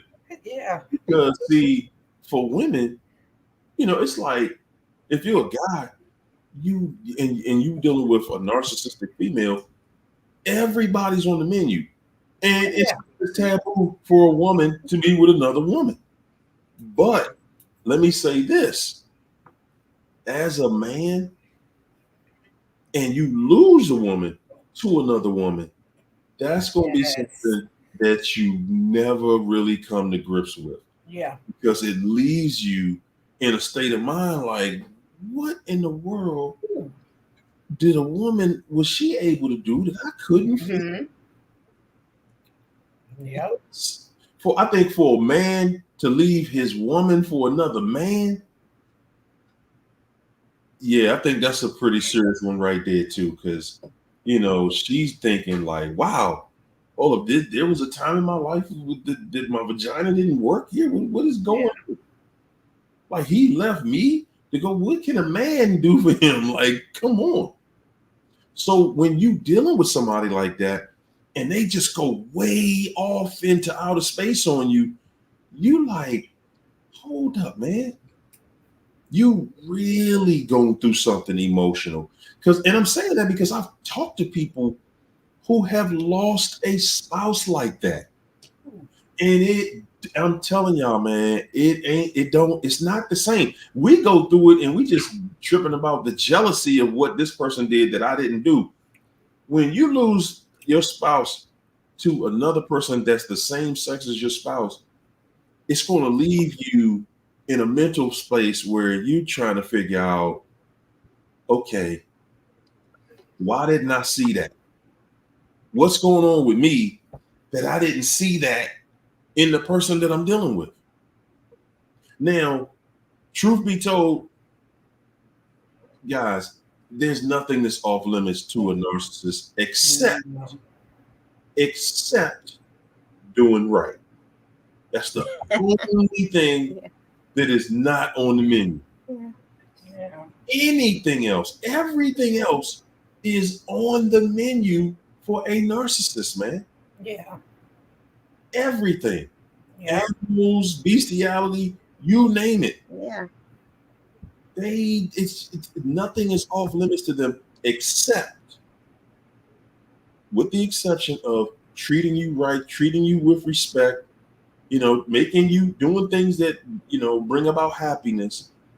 Those are things that are not on the menu, and those are things that will never be on the menu. Yeah. The only thing they gave us was this little inkling, this thought that one day I'm gonna be happy with you. One day I'm gonna have what I want with you. One day all the issues I went through and growing up and family and having my own family, one day I'm gonna be able to get that resolved right here. And we believed it because the narc makes you believe that, my childhood was crazy. And we're thinking, okay, well then we'll be able to keep this together through whatever.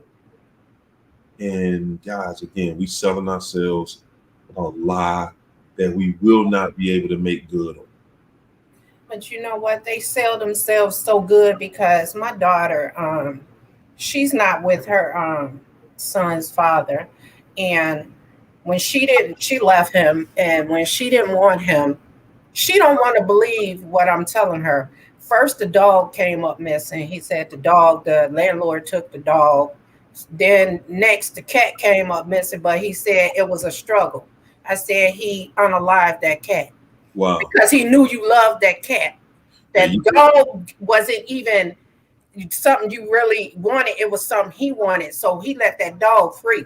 But he unalived that cat because you named that cat after your dead grandpa. He knew you loved that cat. And all of a sudden, that cat is missing. There's no struggle with a cat. A cat gonna get ghost on you. You're not finna catch no cat, but there's a struggle and the cat is missing, and that you let that cat out all the time and it know to come home, and it has never come back home, and it's a struggle. That's because he slammed that cat all over that house because she didn't want him, and he unalived that cat and probably threw it somewhere. But she don't want to believe that, but I know for sure that's what happened. Man. They not beneath that, guys. No, he got rid of my cat. They will get rid of your pet, anything that you attach to. That's what they target until it becomes your children. And then you have to get to that point. Like, even if you have totally become a shell of yourself and ignore like blatant things, when it comes to your children, you have to make that choice. Like, I'm going to protect them. because they're going to come for the juggler with the children all the time. And it's very, it's it's crazy because the things that happen, the gaslighting is real. It's like you know it's happening, you don't have the proof per se, and then they have a whole network of flying monkeys that are equally invested in gaslighting you. So Oh you yeah. really start to doubt, well, maybe I'm tripping. You know, in the church, it's like I'm going through deliverance. I'm always here with you or at the church. Like they make it to where all of your time is consumed with them, but Mhm. you still have things to do throughout the day. So they're doing things in these brief periods of time that they're not monopolizing yours. So it's hard for you to like get that proof, like, okay, I know you're doing this, unless you got discernment. Yeah. But if there's a marital contract, you know, because they marry you and then they have a child with you, this is a whole family thing. Like it was a 3 year madness. However, because it happened so fast, most of the time was spent trying to figure out how to get out of this thing. Mm. And you know, want to do right by God, even though they messing with everybody, but you don't have proof. And then you have a whole church network against you, you know, letting you know, like, hey, you're not praying for him, you're not supporting him, he's trying, he's doing this, you're using his past against him. I'm like, his past like 45 minutes ago. Like, I mean, that's some active struggle with some homosexuality tendencies you're dealing with there. Like you actively dealing with this. And you Hey, But know they what? convince you that you're irrational and you're Yeah. emotional. And that's heavy in the Muslim community, and that's kind of why I steered away from that. They cover it up better than anybody because the stuff that these people do and all these wives and stuff that they be having, and the minute you try to divorce them, the whole mosque turn against you, and now you feel like you're isolated. And because I had met a girl that was going through this, and the husband smeared her, and I heard the police probably been to her house as much as they've been to Ariel's house. I And you know, don't think so. I don't think you broke the record. so. You know,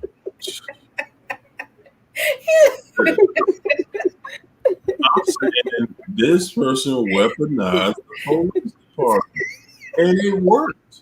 It worked. It worked perfectly. She was on, and that thing was on speed out. So I come home, walk across the stage. She's sitting there talking. She's sitting there talking to the captain or one of the lieutenants on the phone. You know, and I'm thinking, okay, well, they about to jump out. What's going on, guys? I'm saying this. I know that that's something that's crazy to make you think like, wow, who could even survive around that? But that's Yeah. that's what it really looks like. Okay, that's what it really Yeah. it looks like. You begin to normalize. I Yeah. began to normalize the police being at my house. I could never normalize that, but Keisha, And to normalize, they were there so much. It, they were. I remember one day, this one cop came to the house. You know, this is his first time coming, so you know, Ricky, you know, yeah. you don't know what crazy. Before you say that, Harriet, Keisha, you saw how he was looking at his phone, and he looked. Yeah. Yeah. Like That was a trigger alert. Yeah. so this dude, he come over there, and it was funny to me because she in her battle station, I'm in my battle station. I'm ready to tell him, hey man, hold up, we got this agreement, and you know she's supposed to leave if you do this, and she's saying her little part. And dude, look at us, and he's like, man, y'all both sound like y'all lost y'all mind in here. Are you serious? Y'all grown up? And he walked in our house, and he was like, dude, for real, man, this what y'all doing in here? Mm. And I felt so stupid, but at the same time, I knew I said, hold up, dog, I got to defend myself around this person. Yeah. Anytime I walk in the house, listen, when I walk in the house, I want y'all to think about your house like it's a landmine in there. I walk in the house, anything was subject to happen. You didn't know. Yeah. I upstairs after work. I jump in the shower. I get out the shower. The police at the door. That's what they do. I'm sitting like, what's going? I'm sitting surprised, like just like they are. I'm like, what's going on? She come walking out the bathroom crying, and I mean, on her face. I'm like, what happened to you? Me and the police saying the same. That's crazy. He did it. Did what? What happened? And that's where the story fall apart. Yeah. That's where the story fall apart. Ma'am, what'd he do? You don't see me. I'm crying, and I'm like, what you mean? He look at me and he like, look, bro, what's going on in here? I'm sitting. Well, I don't know. You can see I got a towel on. I just got out the shower. What is going on? She was. Y'all don't know. She think that far ahead. She thought she had him and he did it. That's as far as she planned. That was as far as her lie went.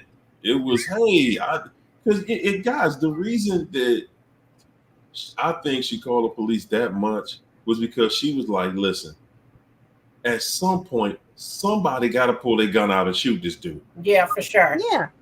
I got to get a brazen cowboy over here, gung-ho, and this black guy in here. It's easy, dude. He's big, he's black. Shoot him. You get away with it. They do. Happens all the time. So, I think that she just was looking at, at some point, I got to win the odds. And then another thing was every cop that comes to the house, they like, wow, man. Okay, so y'all the ones in the neighborhood. Man, most embarrassing moment it is ever had was I remember talking to one of the neighbors. I knew the guy. We was cool. And one day he just in passing, he was like, yeah, man, the people who bought your old house, man, the people that moved in, he said, man, they got the police over there more than y'all had them. what? Oh, God. I was like, oh, man, I think that house was haunted, man. Man. They lead them spirits. Brand new house. I said, man, the spirit that was in that house, man, oh, man. But I said, no, there ain't no spirit in that house. That wasn't her. We ain't about to sit around here and blame it, talking about like we lived in Amityville Horror or some mess like that. I had that kind of house before. Somebody said, was she Caucasian? Man. Huh? They said, was your wife Caucasian? No, I ain't seen no shit on that. I wasn't going to answer it for you. My ex is literally on video, like my son, and he was Caucasian, crazy. That he had, he literally was on the phone. My son has him on video. He's like far apart, just randomly pick up the phone, call and say, hey, I need the police over here. Her son have a gun to my face. Like, there you go. Like, trying to get him killed. And he's like recording him, like, as you can see. I'm glad my son was smart, because my son do have his concealed carry, but he's very smart. He came to get his game, his PlayStation from the house, because he's like, you got to get it from me, because he took it from his son. It was crazy stuff. But he just have him on video, quoting the law, saying, I am clearly like 30 feet away. Both of my hands are on this video, on the camera. And you can see him in the video hyperventilating, making up an entire lie. Like, he has a gun to my face. Please come quick. Hurry up. I don't know when he's going to kill me. All this stuff. And it's just, and we sitting up here recording like, this dude is nuts. But if the police wouldn't have already been to our house multiple times from his calling, him calling all the time, and didn't know he was crazy, they probably would have came with guns wanting to shoot my son, because they shoot first, ask questions later. That's all they looking for is somebody in there acting up. And then Yes. when the police would leave, Alicia said, "Hurry, yo, I would have had my windows on my car tinted too. I don't want them to be able to see me." And listen, every car I ever had, they would have the windows tinted dark. Imagine going through your neighborhood. Guys, I want y'all to imagine this, man. You got Everybody looking. dreams. You're young. I was 24 years old. The dreams. I'm outside cutting my grass, washing my car, thinking I'm doing it. Oh my God. By the time I left that house, I could not even say hi to any of my neighbors. Oh man. I couldn't say any. I was scared to even say, wave when they saw me. When I'm going to work and coming home, that was it. It turns you, and that's what the narc wants. They want you to feel so embarrassed. Yeah. You feel too ashamed to be in that home. Yeah. They're going to, and that's how she controlled, because it would turn into, okay, so I think a lot of the arguments got started when stuff started happening, like, she ain't come home Friday night, or you ain't come home till Tuesday, and then you come home, and she's sitting in the living room, the family room, watching TV, like, what you talking about? What's wrong? Like, you didn't make it home this weekend, Right. and it was so she would have cameras and stuff set up in different places. I'd be looking over the closet. There's a camera sitting there recording it. Oh my God. It'd be like, okay, oh yeah, I know I ain't came home this weekend, so you can take this video and show it to the police. The video shows me sitting here and I'm watching TV, and this fool come right in the house and he want to start hollering and screaming and cussing. Yep. Yeah, I'm hollering and screaming and cussing. The person that I was, how do we say, see, I can't call it a marriage, right? Because that wasn't marriage. So I'm looking at the legal term. Okay, it's a legal contract that said marriage on the paper. So that's what we'll call it. So yeah, I'm you didn't make it home this weekend. So yeah, what, we just gonna say, oh, okay, hey, I hope you had a nice weekend. But eventually, that is what it turned into. Eventually, it turned into, because I think that happened like twice. And after that, I pretty much gave up on that mess. Like, damn, I mean, guys, that's a painful feeling for anybody. For you to pour your all into a relationship, Yeah. and somebody just renege like that. Just, okay, I forgot to come home last week. Yeah. Who knew? And not even just that. I mean, to just destroy everything. It's one thing for them to just leave. But then And then she wouldn't leave. It's like, hold it. You got an entire dude and you won't leave. Why? Just leave. he wasn't it. Because that ain't what it's about. It's about, hey, you don't even respect me enough, to be hurt by me. So I'm going to do something that I know hurts you. Yeah. It hurts me to do it, but it's the only way I can hurt you. So that's why I'm going to stick with it. Yeah. Hey, man, the narcissist will cut off their nose to spite their own face. Definitely. You're never going to be able to figure this out. Okay? That's what the narc wants. They want to do something to you that you never can figure out. So when somebody does something like that, you married, and then one day this person just stopped coming home.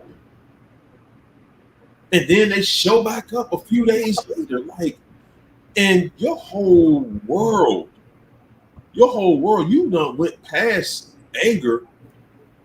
Now you mad, you angry, you lonely, you feel betrayed. You don't know what to think. And especially when you're young. And then again, that mark on your record. We fight to keep our record clean. Yeah. Okay? That narc knows that you do not want to be on that long list of failed marriages out here. They know it. Yeah. And they're using that against you. Oh, you're going to fight for this. Not only is this relationship trash, not only is it trifling, but you're going to fight for that trifling trash. Yeah. So they getting a kick out of watching you go through it, watching you have to live through. See, guys, this is where it shows you the wickedness of how wicked they are, because they really get a kick out of watching you go through this emotional trauma. They're getting a kick out of you watching you. Yo, look at you. Look what I just did to you. You losing your mind. I done destroyed your life. Yeah. Yeah, I got a bigger impact on your life than you thought, don't I? Yeah. Well, yeah, anybody could if you married to the person, yeah, and they just, all of a sudden they just jump ship on that whole situation. And then, so this is the part, y'all. And yeah. I see you, New England Beauty. It's going into the movie. This is the movie I'm giving y'all. Y'all getting to hear about it. So after you go through that crazy mess, and the narcissist sees you done gave up, they can sense, okay, you're thinking of a totally different. They know what you're thinking. You sitting there, they know what you're thinking. They know that you thinking, I got to be crazy to be with this. So now, when you don't turn it off, and okay, nah, man, you do whatever you feel like doing. Don't ask me nothing. I won't ask you nothing. We'll just wait till what's coming in and take care of everything. When they know you gave up on them, that's when you start seeing the crime, the begging. Yeah. Please, no. I just did this to get your attention. I thought you didn't want me. You and stay with somebody for the weekend because you thought I ain't with you. Okay. Yeah. So please, it turns into this. Oh man, it turns into a totally different person when they see that this act. When things got to the point where she saw that she was gone and she came home and I was gone too. So it turned around and then it turns back into this. I want to fight for my marriage. I want to because guess what? It's like they're blowing smoke. It's like they're blowing magic dust in your face. Yeah. Back into you don't want me. You really don't want me no more. Now you have no value for me. See, once you don't value a thing, then it's just a thing to you at that point. The only power a narcissist has over you is the fact that you value something about them. And that's just your connection to that person. You value the connection. And they weaponize anything that you have value for. They're going to use that as a weapon against you. Yeah. It's your soul. Your emotions is seated in your soul. Like you have your mind, your conscience and stuff. The Holy Spirit works with that. Spirit is spirit. That's a spirit realm. Your soul is your emotions. It's your like all of those desires, flesh, all of that stuff. All of that is in the soul realm, like their soul being. They are soul suckers. Imagine if like someone has no soul, like they have a deep void that has to be filled. Any reaction or any emotion that you put off, you're giving off a piece of your soul. So it don't matter if it's a happy emotion or a sad emotion. That spirit inside of them that feeds on is parasitic. They're parasitic hosts. They need that emotion. That's why a lot of times when you're with them, like, and you know the level that you're dealing with, because you will have some type of rare. It'll be like some parasitic insects will somehow be around, whether it's like roaches or bed bugs or fleas or something that's parasitic in nature. Yeah. Will start you'll start having like weird pop-ups of these things, because that's what comes with them. Like that is what they bring. Like that, it's somewhere in the making, whether it's at their main place or their side place. They have an infestation of parasitic insects somewhere. Mine had fleas in the church. We got kicked. We were the only ones getting bit, me and the children. We couldn't even go to the church because whatever he had demonically over that church, brought the fleas didn't like us. Everybody else would sit there. Fleas, I guess, wasn't biting them. It looked like they was on them, but with us, I don't do fleas. I'm not gonna sit there and pretend I'm listening and there's a bunch of fleas jumping around.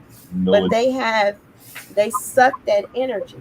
So they have to get you to react. The worst thing you can do with a narcissist is the best, totally no contact, because they can get no energy, nothing from you, feed off of you in no way.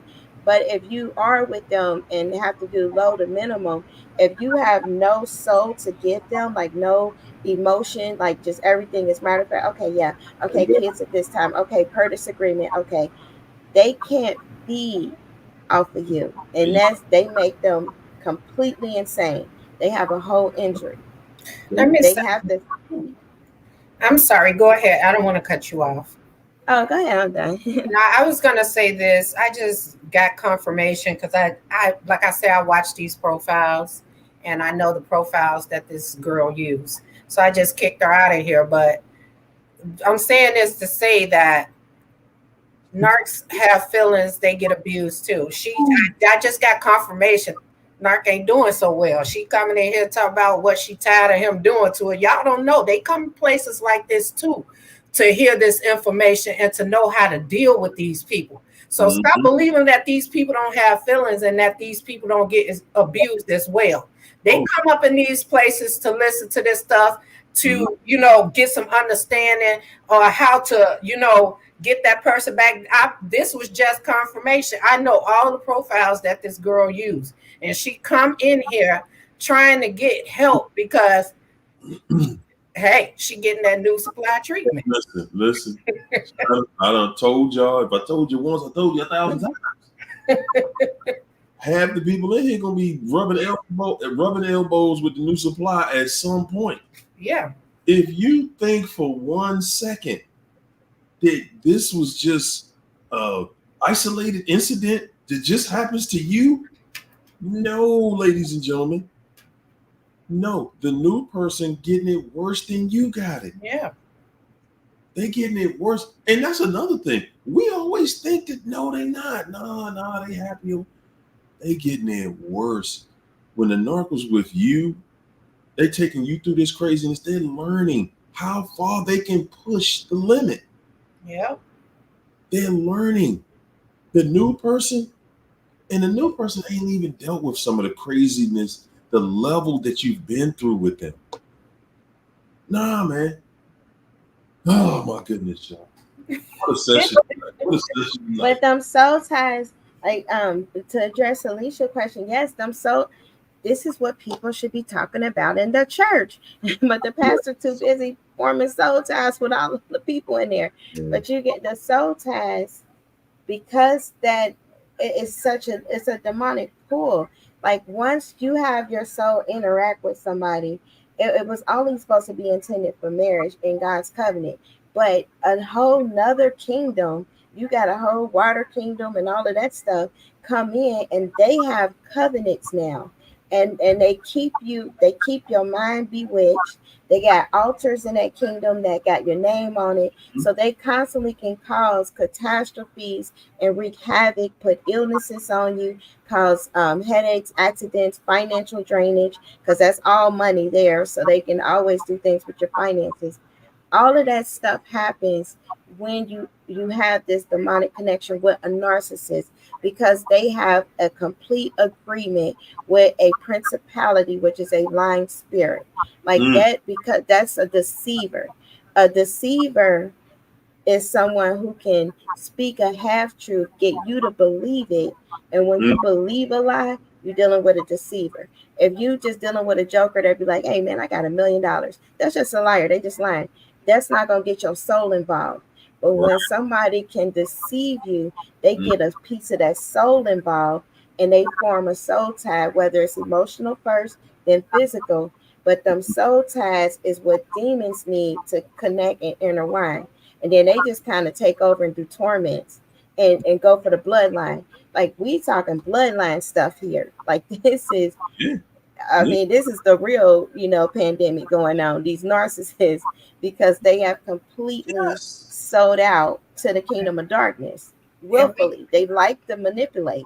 And we don't mention that they also carry that spirit of betrayal.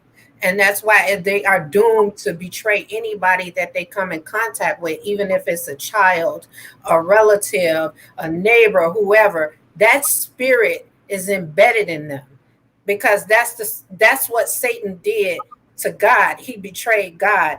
And anybody, y'all don't understand, when somebody step inside of your marriage, that person has betrayed God, not just you. They stepped into something that God had put together. Even though he know it wasn't good for you, it was in his eyes that your marriage was put together. And these people, y'all think, oh, we were married. They never got off the dating sites. They was lusting after somebody after they signed the damn marriage license. These people never get off these dating sites. They never get their exes out of their phones. They have sex videos, sex pictures in their phone. They lusting after everybody. You're not the only one. They have people, they locked you down. Now they're chasing somebody else that they used to have. Y'all think these people got options? Them options these are false options that they run and leaving people running to. These are false options. They don't have options. That's why they're coming back. Keep them doors locked. Never take somebody back that disrespected you to make a motherfucker feel comfortable. Mm-hmm. Exactly. That is 100% true, because that's what they do. That's what they do right there, to make somebody else comfortable.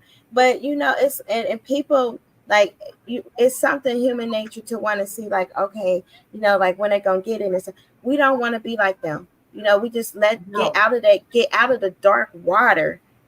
That's a different pond. Let them stay with the filth, because you don't want to. It's crazy. But the Bible, like, God is not mocked, but it say an adulterer, especially the ones that was married, they destroy their own soul. Yes, like, they all coming down. They're not getting away with anything. Even these leaders that's been on TV in the church for years and years, wrote books, novels, all of that, all this money, jets, and all of that. It's being exposed. They got a harder fall, and it's crazy. But they destroy their own soul. And I have a lot of narcissists in the family or just around. None of them are happy. Moms, grandma, none of them are happy. All of them are mad. Even the ones that's in their 90s, not happy. Nothing worked out. Trying to use and abuse now the children or grandchildren or great-grandchildren or whoever. Nothing works. The health is always an issue. They never had the money or the dream life they always try to obtain. It's not good for them, period. And they're always bitter. Like, they're always mad. And that's just, we know why. And they get tormented. The nightmares, they literally, now in the night, they actually do come and get them. Like, the kind of nightmares they have is a little different from some other people. Like, they get raped in their sleep, like literally rape, where you just, like, some invisible force is raping you. Like, all of this stuff goes on. SA. You can't say that word. Yeah. Oh. You can't say that word. Or you can say graping. Graping. They have been great. Yeah. I can't say great. I'm older. I'm just getting on social. But YouTube don't like those words, so we don't want this video to be flagged or so we have to do that. Narcs be watching. Yeah. They just they'll report.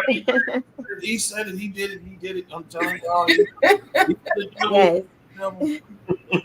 Well, they get essayed and they sleep. They just they debilitate. It's just not good for them. No. Well, again, not good. Again, We just came in here and let y'all have it for 2 hours later.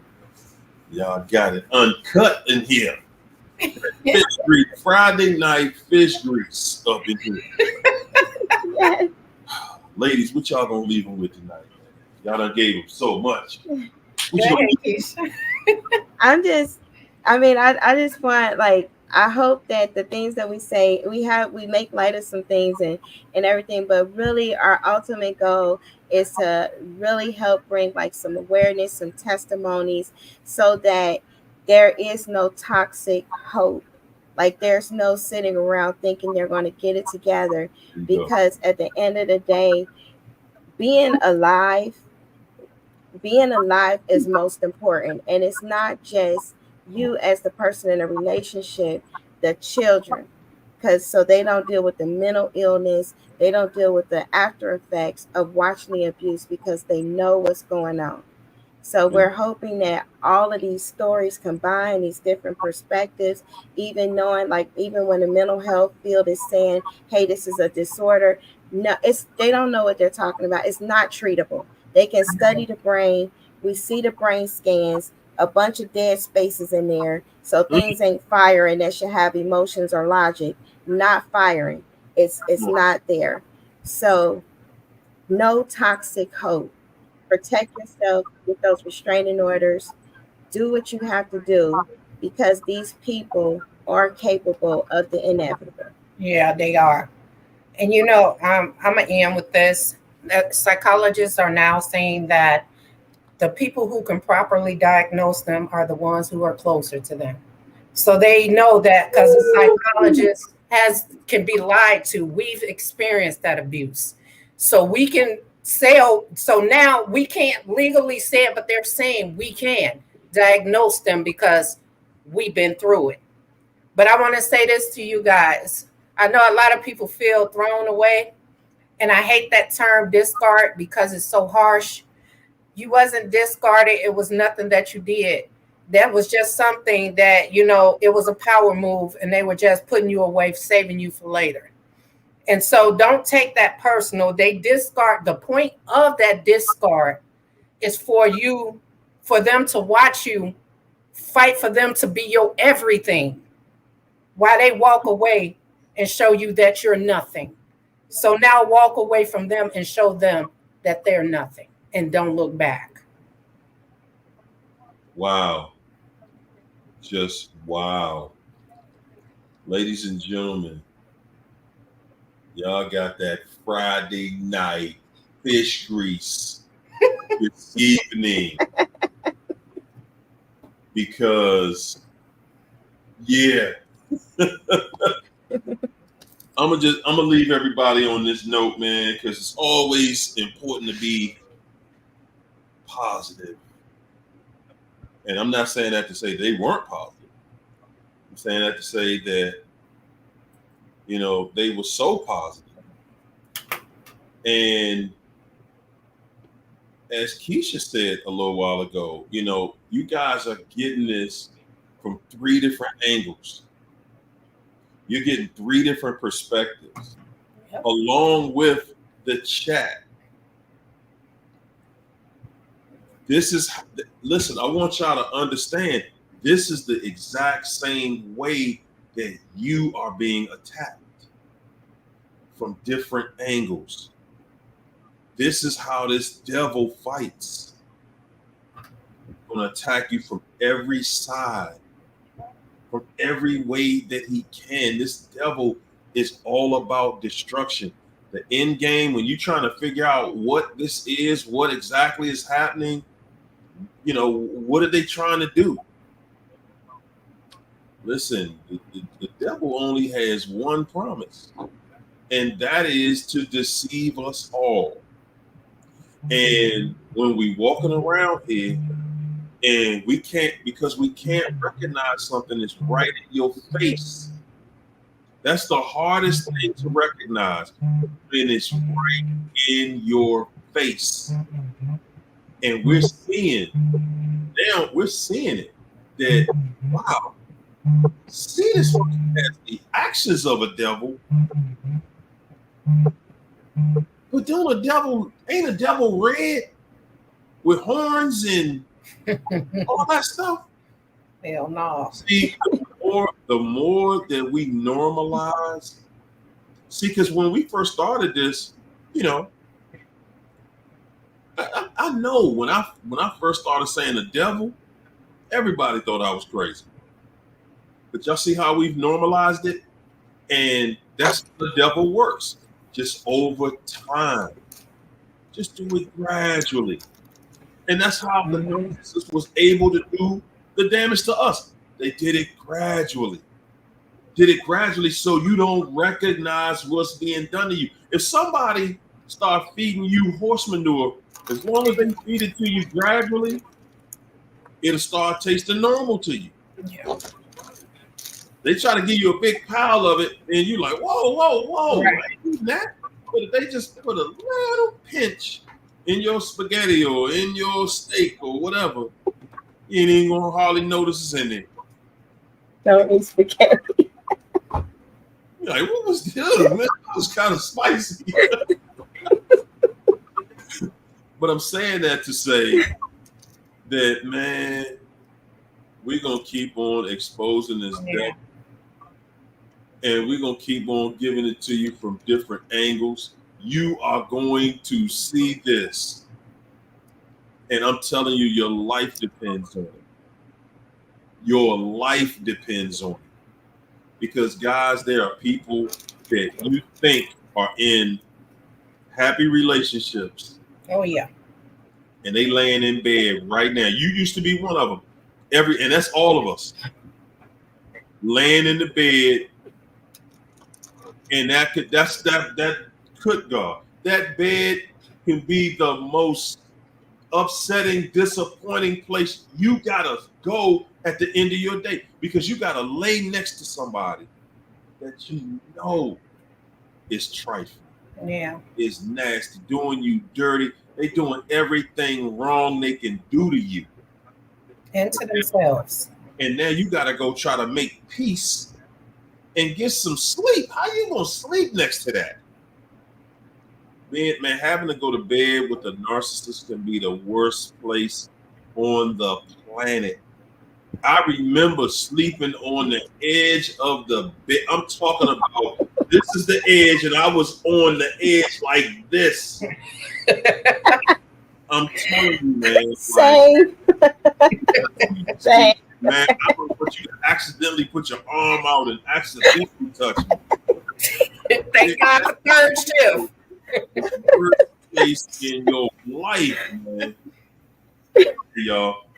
We're gonna do the same thing we doing. We're gonna do it next week, and we're gonna come up with a different angle next week. Yeah. Because we're not gonna stop. Yes. So I'm gonna leave y'all the same way we came in here with y'all, with nothing but love, peace, and soul train. Woo! Thought you were gonna do the funky chicken. Yeah. I'm gonna learn how to do it. Okay. Good night, guys. Good